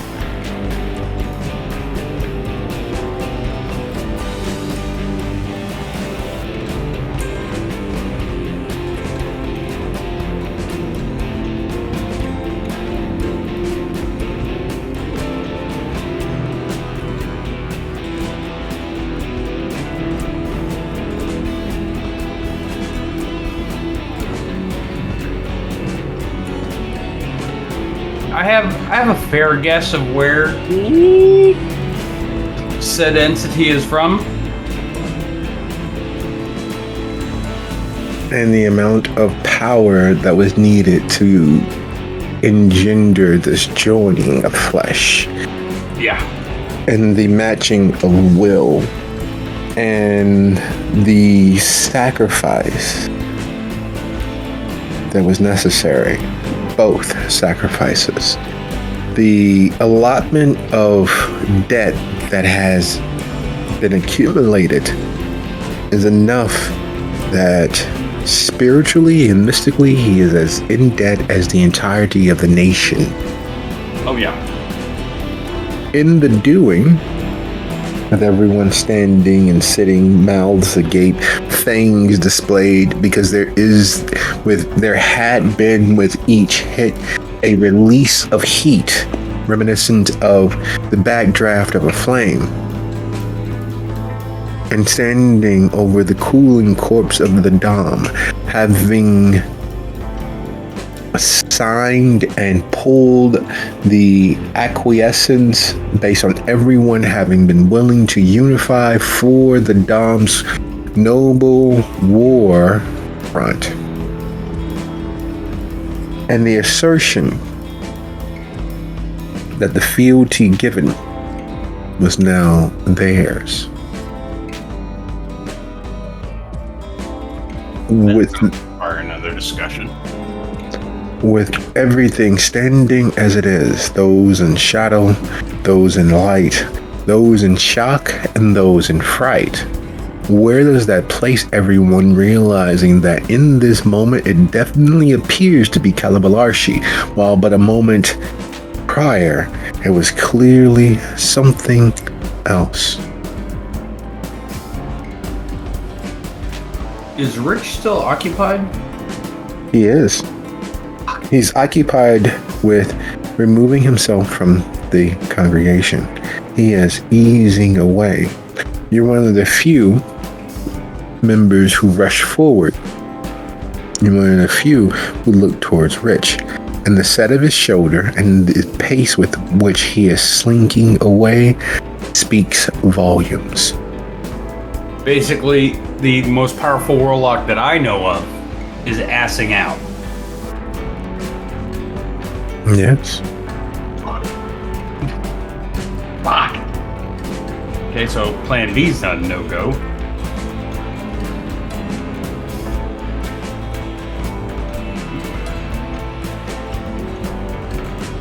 I'm thinking I am the only one that thinks it was a little cold out here. So, with that be understood, and we all on the same page here, right? Everybody's good, excellent. So, first order of business for the remainder of the year. I'm here to help you guys. I'm here to make sure that we win. I'm here to lord and abuse you socially, sometimes emotionally, in jest. I don't want to hurt anybody. But I will. I will hurt each and every last one of you. Yes. I will hurt each and every last one of you. And I will make an example for the rest. Because while I say that I don't want to hurt you and that I very much will, I'm sure that many of you will decide otherwise. You will try me. You will test me. You will put my supreme authority and my inclination to protect you lousy pieces of shit to the test. I advise you not to, but you all are entitled to your own assumptions, which you may test at your earliest convenience. So, to put it plainly, you want a piece of me now, or you want to see what I can do to those who stand against us? Either way works for me, because unlike the rest of you all, I have glimpsed the future. I know you all die. And I know if you die, it will bother me, but I'll get past it. I also know that unlike the foolhardy attempt that you all were gonna think about in standing against Chicago, that your only hope is with the Bahari. Your only hope are with people kindred who are able to believe in something bigger than themselves. Something that matters to them more than their continued existence. This fight, this war that's happening under the cloak of darkness in Chicago that's coming our way. Yeah, Chicago's gonna win. But there's winning, and then there's winning. Chicago's gonna win. They don't have to win the way that destroys each and every last one of you. They don't have to win in a way that makes you, those few of you, 3 to be exact, who will survive this into their slaves. They don't have to win in such a way where their members will take your domains for themselves. You hate me. That's good. I hate myself a lot of days, but I'm getting over it. I'm getting better.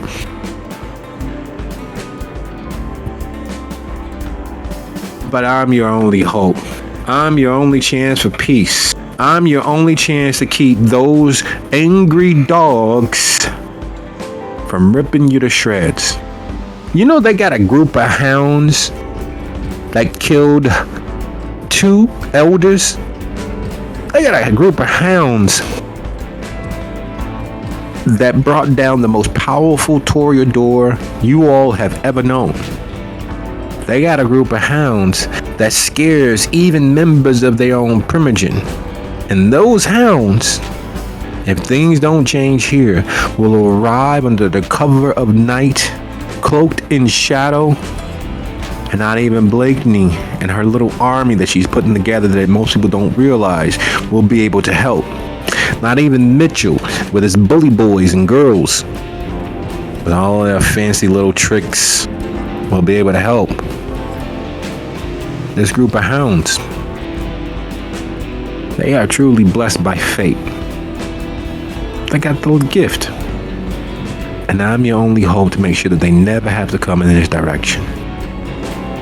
So, there's a compact on the table. You gave your fealty, your loyalty, your trust to that.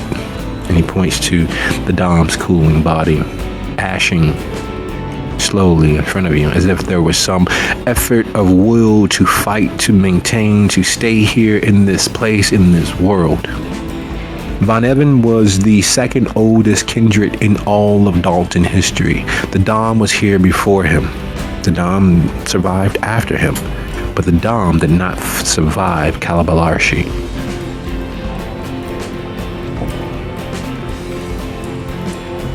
I take it he's assumed a pose of some sort, some kind of power pose when he threw down that gauntlet. No, he's cupping his junk and scratching his neck. I take off my trench coat and I hand it to him. I'm like, all compacts aside, this is distracting. Put this on. Yeah, it's nice. I was blessed, right? And if you don't mind my boys in your coat, I do want to thank you for that. That was very nice. That was very kind. You'll definitely survive whatever happens here in the next few minutes. Maybe.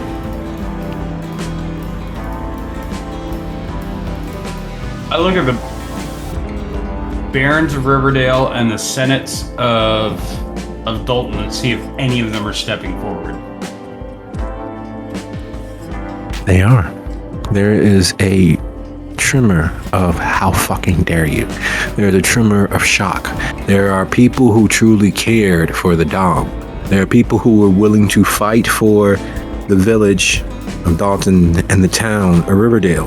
There were members who initially moved to protect their senators who are now realizing that there is before them right in this moment a regime change that they may not profit from. They may not be able to exploit. They may not be able to rely on the tools of the past to see them forward. And for them, that shock, that realization that what was will not be what is too much. You can see it. It's this or the grave. It's this or the grave. But if you choose this, it is the grave. And you see them slowly make that rationalization. Wait, his eyes don't have stars in them right now. Maybe there's a chance. And you see it dawning. You see what the senators, and you see what Brutus and Cassius and all of those other senators looked like as they drew their long knives. You see it dawning, the realization. I move Frost and kind of hint that we need to get between Dia and Zach and wherever Carbonera is fucking standing. Because shit's about to get real. But out of the corner of my eye, I'm keeping an eye on Vu and Felix. Because I think they're going to be the first ones to fold.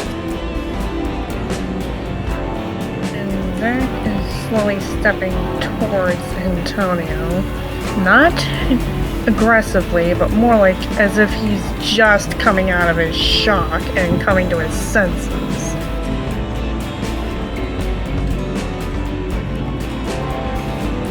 Theo, Frost, moves on.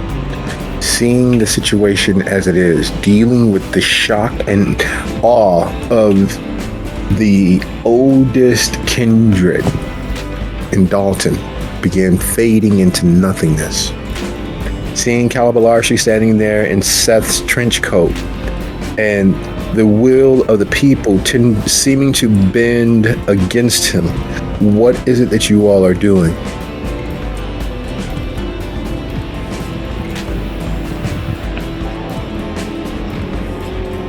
Muzan is holding his position behind Callubularshi, and he's going to wait for the others to react in the room. Because if they all attack, he wants to see what Callubularshi is capable of before he does anything further. That's the only concern, is that Dia makes it out alive. And he's using Frost at this point in the same vein. Dia is standing there, and for the second time in as many weeks, she has tears in her eyes. Because it wasn't just the oldest kindred that she knew. She and Genova had not centuries, but decades together as lovers, and this now what's left of their lover is ashing on the ground. And they've just lost their sire, and it's a lot. And the entity responsible for that is standing there, seemingly helpless, but they know better. They've seen what this person can do without the extra power, and they know better. They look to the others in the group. We are not going to show any aggression towards this being, because obviously to do so would be to invite death. We can survive this together, but I fear the rest of the Senate is going to make a grave mistake. Do not wish to be around for that mistake and the fallout of it. I think we need to get some distance. Seth nods, and with Frost allows Dia to pull back, but always keeping himself and Frost between Carbonera and Dia. So we are like a little fragile cardboard wall soaking wet in the rain, but we are pulling back because we know shit's about to get real. And as you guys begin backing out of the amphitheater, Callubularshi waves as if you are family members, and he is on a ship arriving into port. Oh my God, see you guys at home, take care! And the moment that he starts waving with his hands over his head, Amanda leaps, moving, blurring from completely invisible to sight to fangs bared, claws extended. The intention to, with him being surprised, to rip his arm free and shove it through any and every orifice she can. Being strong enough and fast enough to do so, it is with no surprise to those who watch his entrance into the amphitheater that her attack lands. She grabs the arm, and as she pulls, he pulls, dislocating her arms. You hear fingers snapping like dried kindling. And instead of destroying her, he flings her over his shoulder like so many modern Americans do with their garbage. The others leap, because Amanda, for all of her obvious disdain for the bulk of other kindred, including some of her own blood, is well respected enough that that's the spark that's needed. And you watch as they descend one after the other, 2 at a time, 3 at a time, beaten away, given the opportunity to continue living if they so chose.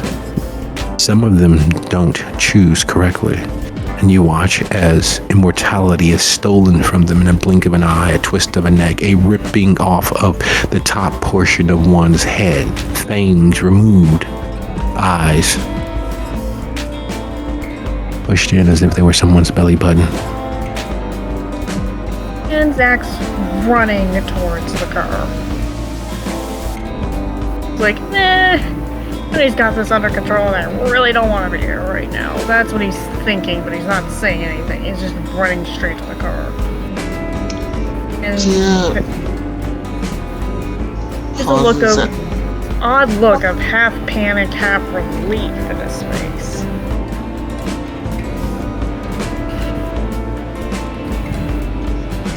She is pausing at the exit of the amphitheater, and their eyes find or search for Decibel.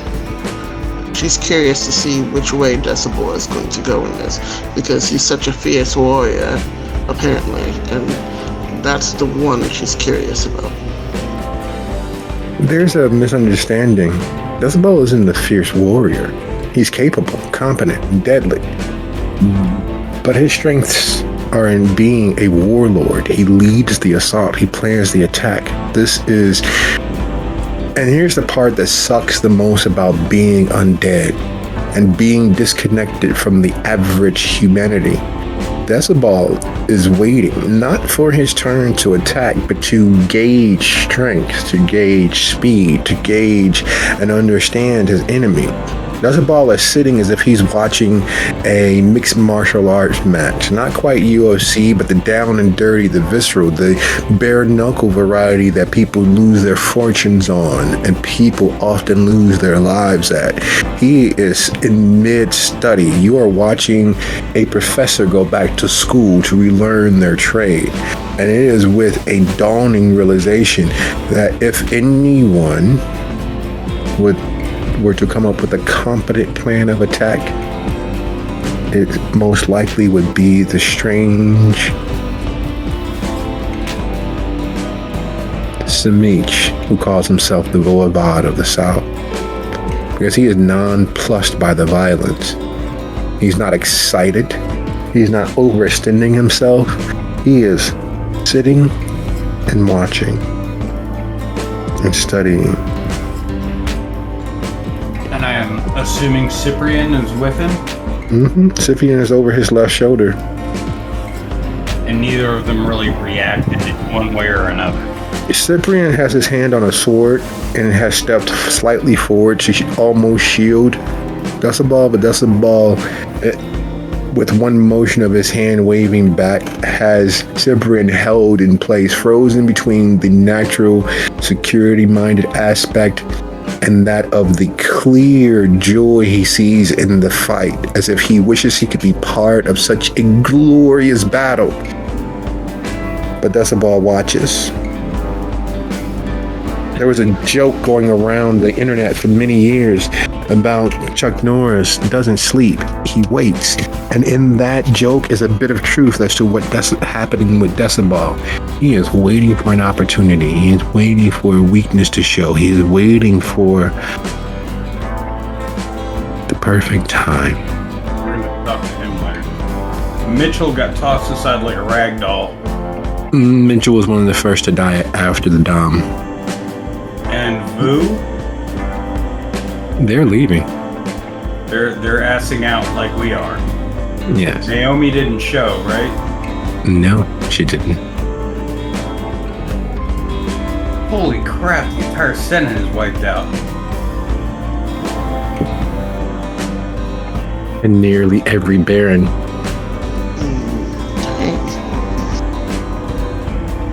Well, that's going to change that map in a big fucking hurry. I know what I'm doing this weekend. Uzan watching the carnage on display, watching Kindred unleash every bit of monstrousness they have in them and watching it fail. What is it that's on his mind? Staying put and staying hidden. I don't imagine he would feel any sort of camaraderie with the person who cut off his head earlier.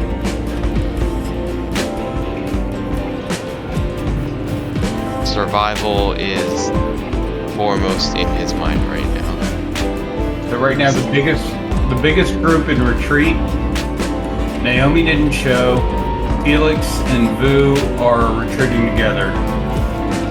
Dia is retreating with Ross, who's like 6.5 feet tall, and Seth, who's armed,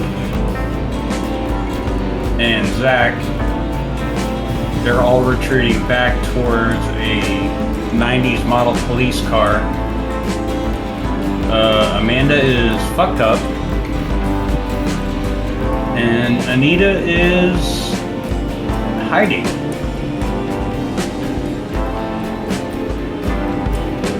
And Decibel won't move. No. Retreat is, strangely enough, seemingly not in his character.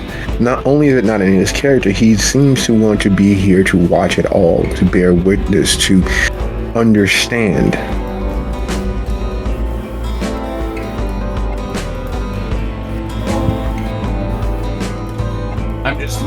laying out what's visibly happening on the Dalton side. I don't know the Riverdale side that well. I know Rich is gone. Rich would have found the first escape route out when he started retreating. And he has way more options than I do, which kind of sucks. But I'm working on it. I plan to, study eventually, kinda. Okay, that's good enough. But the Riverdale baronies are a mystery. And most of them have just been wiped out. Yes, there is a lot of carnage. There is a... Did we see Blakeney at all? She's like platinum blonde and would have stood out. No, you don't see Blakeney and you don't see Bridget. Well, you don't hear Bridget because if you saw her, you'd most likely be hearing her as well. Yeah, I know why they're missing. They were smarter than all of us. They have options that the rest of us don't have.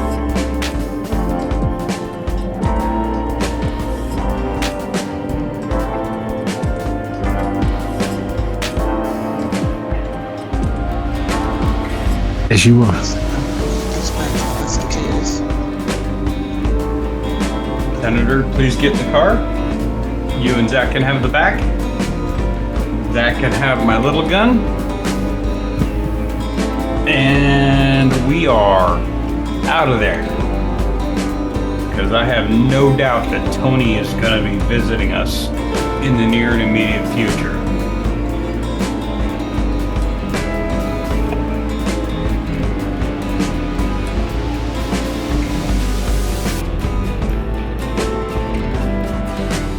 You guys head back to the Pescateers? Yes. You see Dia and her entire entourage climb into a 90s version Chevrolet that's obviously an ex-police car and squeal the fuck out of there. So with Muzan still being hidden, does he notice the one kindred that remained behind? Decibel? Yes. Yes. He's also gonna remain behind to see what happens between these two. Curiosity's getting the better of him here. Well, that's a very, very good thing. Curiosity may have killed the cat, but it didn't have to kill you, right? Exactly. Satisfaction brought it back. That is what they say. But is there any proof of that? Did the cat truly disappear? So many questions. So, in the... Jesus Christ. In the carnage, in the ruin, as all of the kindred are either beaten or destroyed, when the dust settles and the battle is over,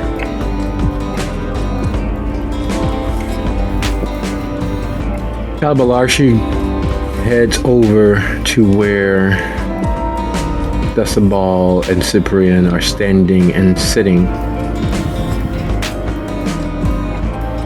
Decibel nods his head in greeting, and Callubularshi sits. Now I know everybody thought that I can't see the future or that it's so mutable and changeable. There's certain moments that were always destined to be. Now, no one paid attention to the fine print, which I told everybody. We got a year and a day before I gotta pay for this. So, in that time, for Dalton to survive, for Riverdale to survive, they're gonna need somebody who's strong enough to maybe rally the forces. You think that's gonna be you? It was always me to begin with. You're just destruction of our dome was unnecessary. Yeah, you say that, and I knew you were gonna say something like that, but trust me, it wasn't you, my dude. It wasn't you. You were being played. I cleared the way for you. The Dom was smarter than you. More dangerous than you mentally. The Dom would have rolled over and played dead. They would have bided their time. They would have came back for me 1 year and 2 days from today. I have no doubt about that. You'll get busy, you'll get caught up because you want to always do the right thing for you and yours. And the right thing for you and yours is to not oppose me. It's not, my dude. Just get that in your head. Focus on leading the independent nation of Thornton Township. Because from this moment, there's no Republic of Riverdale, there's no independent village of Dalton, there's one thing. Thornton Township.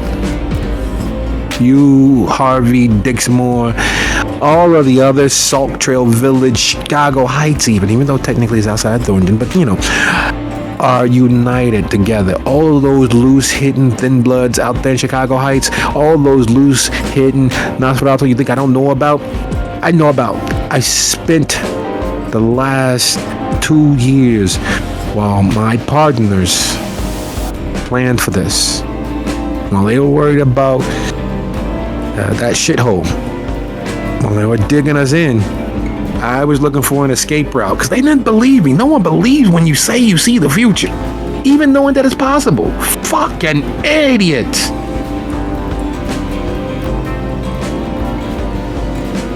And with the Beastmaster dead that I saw was gonna happen, that gave me my opportunity to enact my golden parachute. And it's this way or it's no way, because if Chicago takes over here, Gary's gone. The only thing saving Gary from full out war and their complete and total destruction is the fact that you guys exist right here in the midpoint. Now don't go fucking this up. I gotta get home. The wife got something good cooking. I don't even know if he can cook. Maybe he can, maybe he can't. We'll figure it out. So, look, take your people, do your thing, declare your rulership of Thornton Township. Tell the barons they still get the few that are left. They still get their little barony, their little kingdom inside of your bigger kingdom, so long as they bend the knee to you. They don't bend the knee to you. Do what you do. Take them over. Take them out. I got other shit to do. We good here? I suppose. Don't suppose. You gotta say yes for it to work. If you say anything but yes, you create another schism, another opportunity for things to not fucking work. So fucking say yes.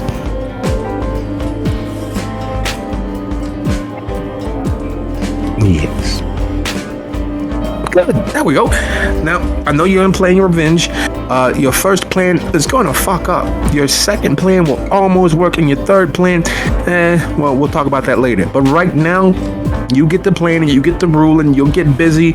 We'll talk about this later. Remember this moment. I did tell you the first one is going to really fuck up. So if I were you, I know you're thinking, don't reach out to those fucking zombie.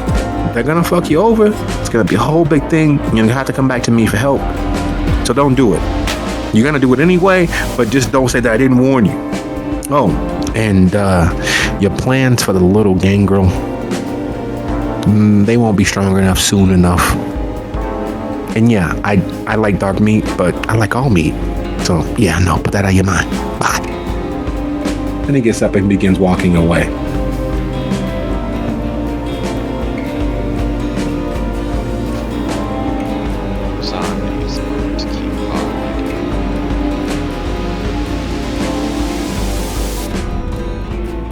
He heads back to the Pisketeers.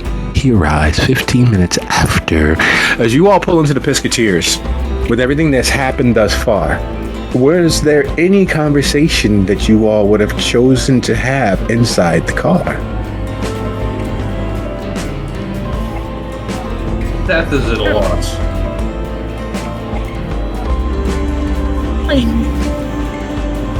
I'm sorry, Seth, you can go on. No. Zach has the most input. Zach has the most information. Seth is at a complete loss. He doesn't say shit except for in response. Zach's laughing and heaving huge sighs of relief. Well, now, that's one less thing we have to worry about, but unfortunately about 20 more at least.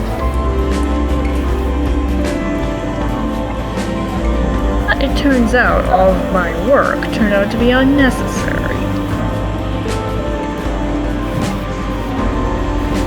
So how did I do for an amateur? Well, not bad. I mean, your notes were amazing. Your memory and recall, fucking standing. I just wish we had known 2 days ago. Because he's tapped into something demonic. No spirit can, no wraith would ever have that amount of pull, that amount of power.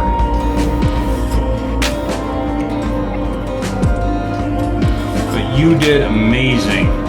You noticed that there was something wrong. You noticed that there was something important, and you committed it to memory enough that you were able to redraw it, which I can tell you as an ex-cop, most people can't do.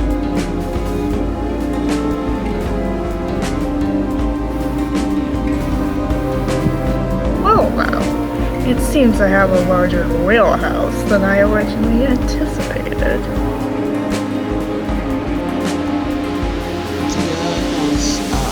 Scooted themselves kind of down in the seat, making themselves as small as possible, which is not normal for them. Normally they're upright and tall and make themselves as long as possible and present. But right now, they almost have their shoes up on the seat and have tucked themselves into themselves with their forehead on their knees. And their shoulders are shaking. Senator, you have about 10 minutes. You have about 10 minutes before you get back to the Pisketeers. Maybe another 3 or 4 minutes before Tony gets back.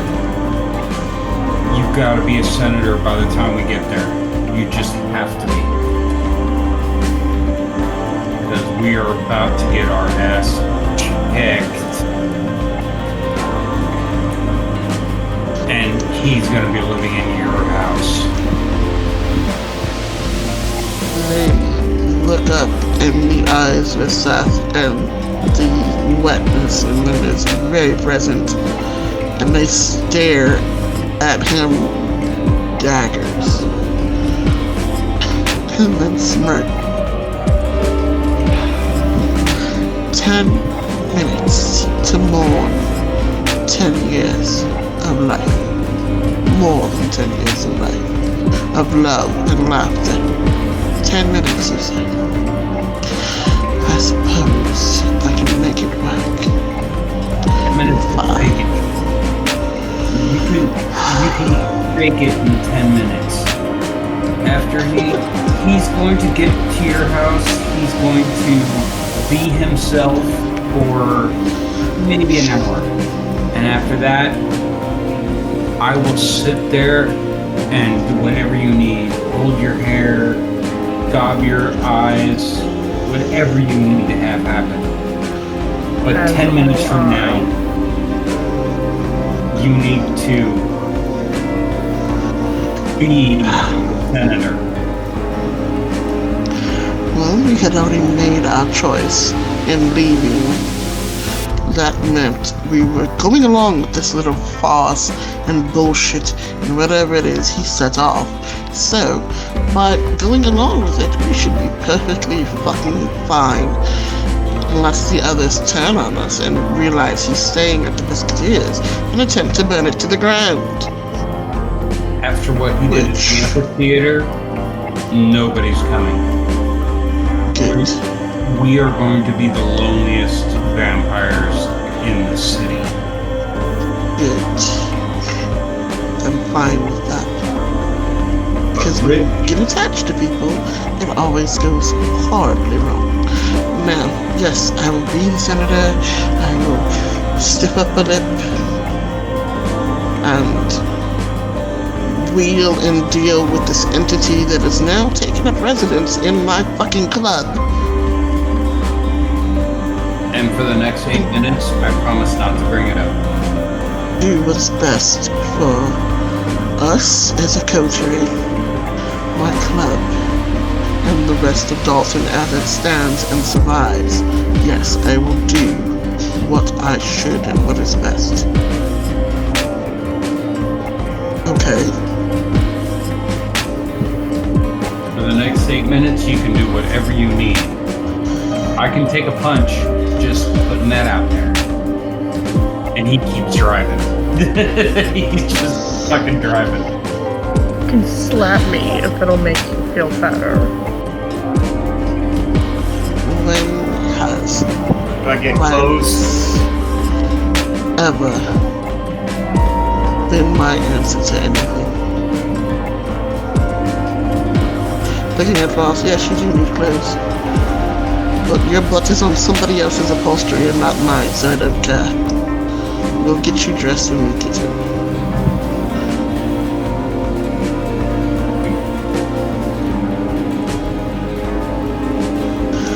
I know that was hard, Frost. I knew it was hard not running in and being a part of whatever that was. But I appreciate you staying at my side and thinking and protecting us, our coterie, our lives. Thank you. always.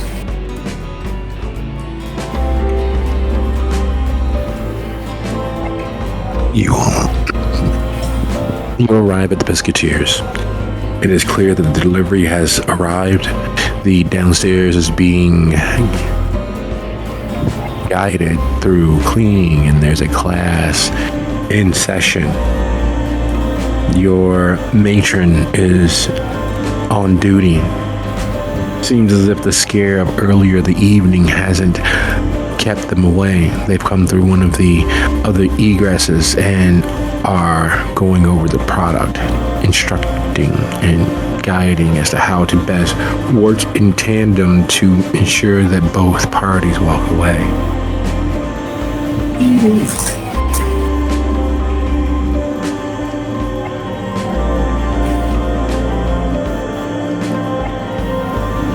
Okay, out of character, I have a question. I know I should probably know this, but when Nicole was running things and we got a shipment like this of people, where did they stay? Like, did we give them hotel rooms or little apartments, or did they stay on the at the Pesketeers? Usually the first month they stay at the Pesketeers because, perfectly honest, within the first month is usually when the bulk of the mistakes happen and they either stopped existing or were traded off for various other services to be delivered to the Pesketeers from the kindred who decided to keep them as house bullies and girls. After a month, based on how much they earned, whether it was an apartment or a condo, rarely ever did they stay in hotels because unfortunately old habits die hard and many of the product were prone to reckless behaviors. And being near it only makes it even more likely. So they needed babysitters, basically. Yes. Okay, so even with our new guests, quote unquote, do we have enough rooms for everybody? Yes. Okay, so then, once DA gets there and sees that's going on, they quickly wipe their eyes and clean their face and put the master of the house demeanor back on and look over the goods and look over the people that have been given, pointing out any, this one has scars or this one, what's wrong or whatever, and where she thinks they would be best, giving that information to the matron, and then sees them all sent to their room for the evening with food, and lets the matron know that they have a long-term guest, which should probably be kept away from the product at first.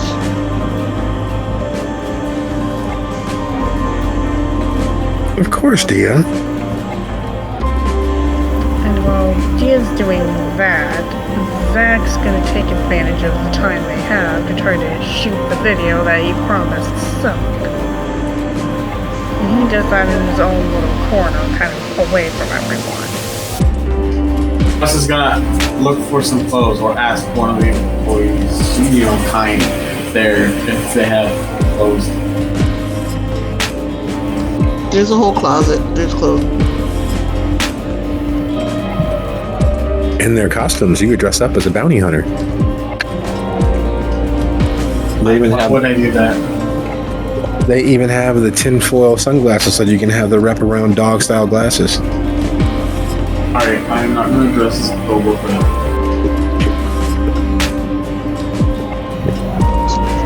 No, we were talking about Dog the Bounty Hunter and not Boba Fett, but I don't, whatever. I'm gonna use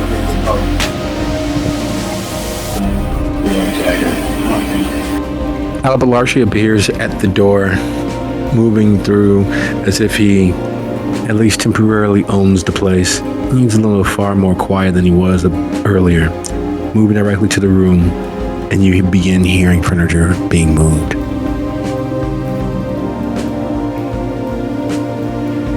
Zach hears this immediately and kind of slowly steps towards that direction once he's done with this video. Muzan, you find yourself back at the Pesketeers.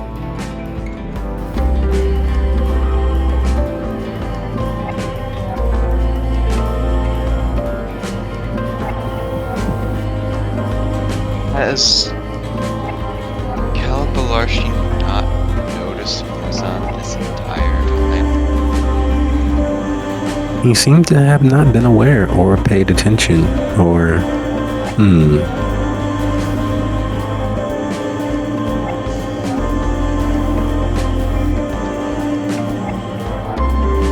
For some reason, something in Muzan is making him decide to risk this. He's going to drop the obfuscate. Do you attempt to follow him all the way into the room? While in the room, he drops the obfuscate. Inside the room, as you watch as Callubularshi moves the furniture back to where it clearly was from, and you drop the obfuscate with your back toward the tunnel leading up through one of the many secret egresses. He slides the end table back to its position behind the door, the lamp, and turns it on. You know, if you're gonna be my shadow, you need to do a better job of hiding. You know, that premonition ability that I keep telling everybody that's like part and parcel.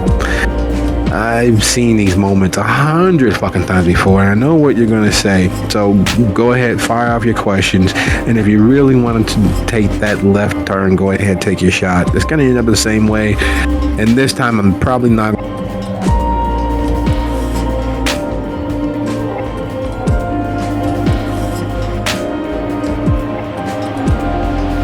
I'm gonna forgive you because now it's.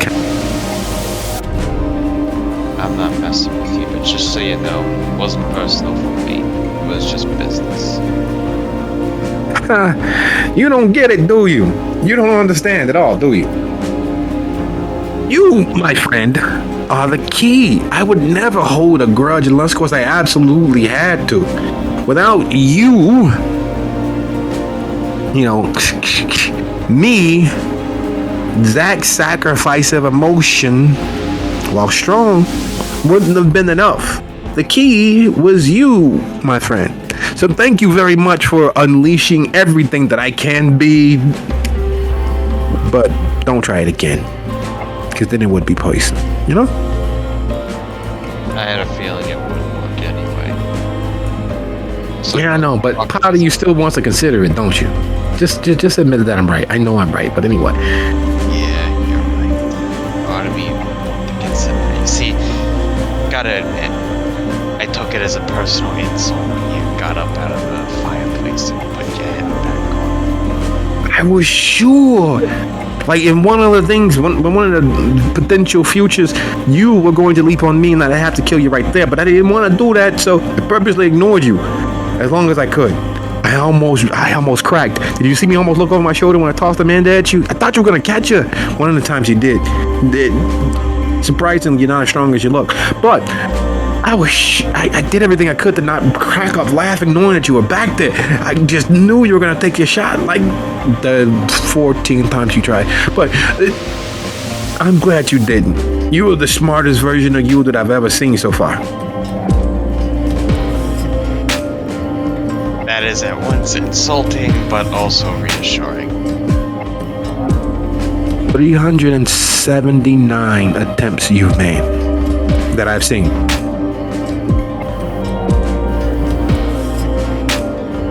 And I'm guessing all of them were failures. Indeed. I was sure you were going to be 380, or you're going to repeat the one you did at 326, or maybe the 314. That was the closest attempt that you actually did. It was actually pretty good. Who'd have thunk? You got your hands on that much acid. Fucking acid sucks. Gets in the eyes, crawls up the nose, makes it. Anyway, we're not going to go talk about that. But so you got questions. What are your questions? I got a date. Come on. First, who the fuck was that walked in your body earlier? First, none of your fucking business. Two, I'm one of the Lords of Hosts. He's pretty proud of that, and you know, fucking Tuatha. I tell you, making a deal with them is one of the hardest things that you will ever do. Don't ever do it. It's not worth it for the most part. But luckily, I had very little to lose and had a year to plan getting the compact. Only 4 hours because I wasn't supposed to be where I was. They almost caught me completely out of position. It was a mess. And then the fucking mess. You know how hard it is to completely disintegrate Kindred? I tell you, it is a trip. It is a rush in and of itself. Now you're good. You know, credit where credit's due. But to completely disintegrate, do you know how much energy that took? But anyway, all the same. Yeah. So you know, don't make a deal with the Tuatha. They're never to be trusted anyway. All right. Luckily, I found the right one. Why are you asking? It's not like you can ever do anything. You don't even learn magic for like 6 years. Well, you haven't. You might. Nah, you could change. No, because that was in 303. No, that was 289 when you tried doing. Yeah, no, don't go down that path. Anyway, you got any other questions? Like I said, I got a date on the way. You know, you're kind of in the way. Your looks good. You might want to go talk to the master of the house so that I don't have to kill you for being an intruder. Oh, I forgot to tell you that. I have to honor the deal that I made with the master of the house, and yeah. So, You mean Dia? I prefer not to call her that. I like Concordia. That's a fucking name. Yeah, she and I have met before. I think she's okay. You know, for a simple.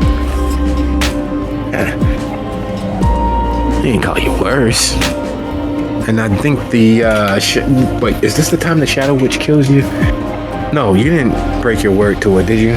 I forget. They all blend together after a while. You know, I think this would be a great time to ask, what exactly are you talking about here with all these numbers? Oh, because I spent so much time forcing my sight into the potential futures, I had to take notes and memorize them, and the numbers that are the instance or the viewpoint that I had when this or that happened. So you need to make friends with the master of the house. You need to become, otherwise I really do have to kill you. You got like to the time I finish moving those 2 tables over there. Guess I ought to go do that, but one more question just for my own sanity. These timelines and stuff you keep talking about, are they just possibilities or are they actual timelines and we're all just on one of billions and infinite possible timelines, like in what was that one show that came out recently? I haven't had access to TV in a while, but everyone was talking about it. Yeah, Rick and Morty is fucking great. I love Rick and Morty. This is as close to truth as you can possibly get while being completely and totally made up. But here's the thing. Everything exists. Every possibility and permutation of it exists. There are 17 different worlds mingling, always. The world has been destroyed. This will be the 6th time if it actually goes through, but it's always being destroyed and reformed, and there's different aspects of it that you can see, and each one of those different aspects has a different aspect unto itself. And those different aspects are potential futures because they're also potential past. And that's from that soup that all of the visions for the future come from. If you're smart enough, you'll be able to pick all of the A's out of your alphabet soup. But sometimes what you think is an A is just an upside down V. And that's a whole nother matter unto itself. So just like the argument of light, whether it's waves or it's particles, it's both.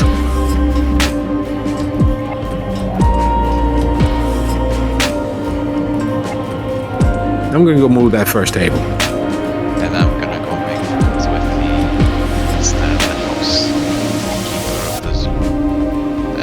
I forget the rest of the lyrics.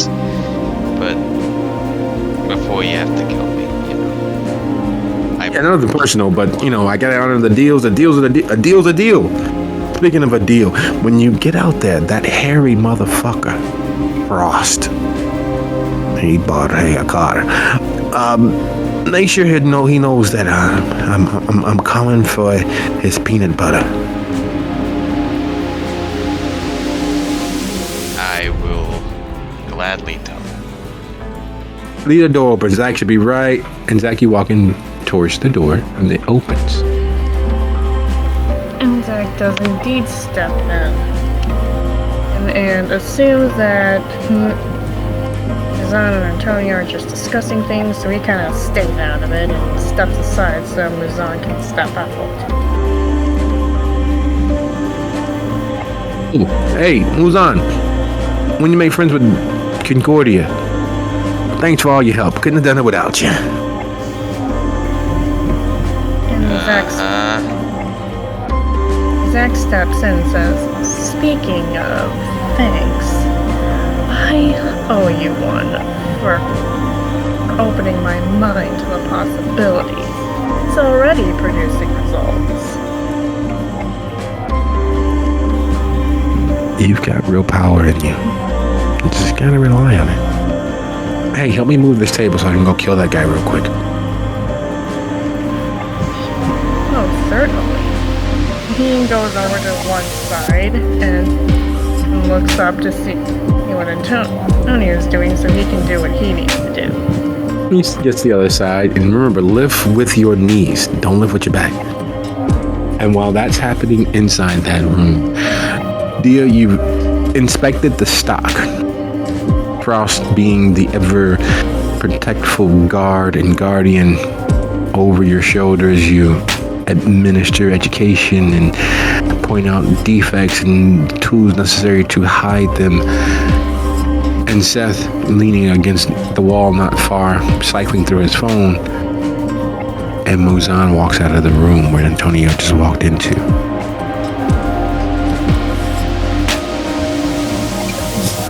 Damn it, Muzan! Swear to God, I'm putting a bill on you. Didn't you say that last time? I say that every time. I still haven't bought a bell. You're still safe. Yeah, well, the man in there just threatened to kill me unless I make nice with Concordia. Okay, well, let me make it easy. Concordia, Senator of Dalton. This is Muzan of the Nosferatu. You said that last time too. Yeah, but this time it's official, so shut up. Muzan of the Nosferatu, unaffiliated. Neither Anarch, Tower, Independent, or anything other damn thing. He is a pure mercenary, and worth his weight in gold.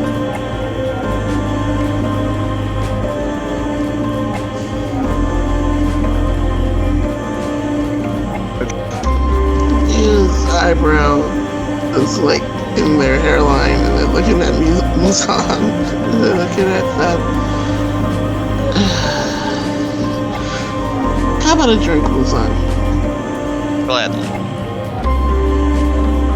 Now, one of my drinks moves on. You know, I do scotch. I'm not a big fan of scotch. Anyway, I'd much rather have, Yeah, I know. something And a little redder. Everybody else is of the same opinion.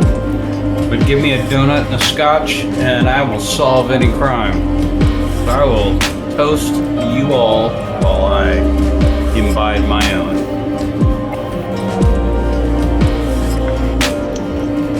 He's a strange one now, sadly. Come.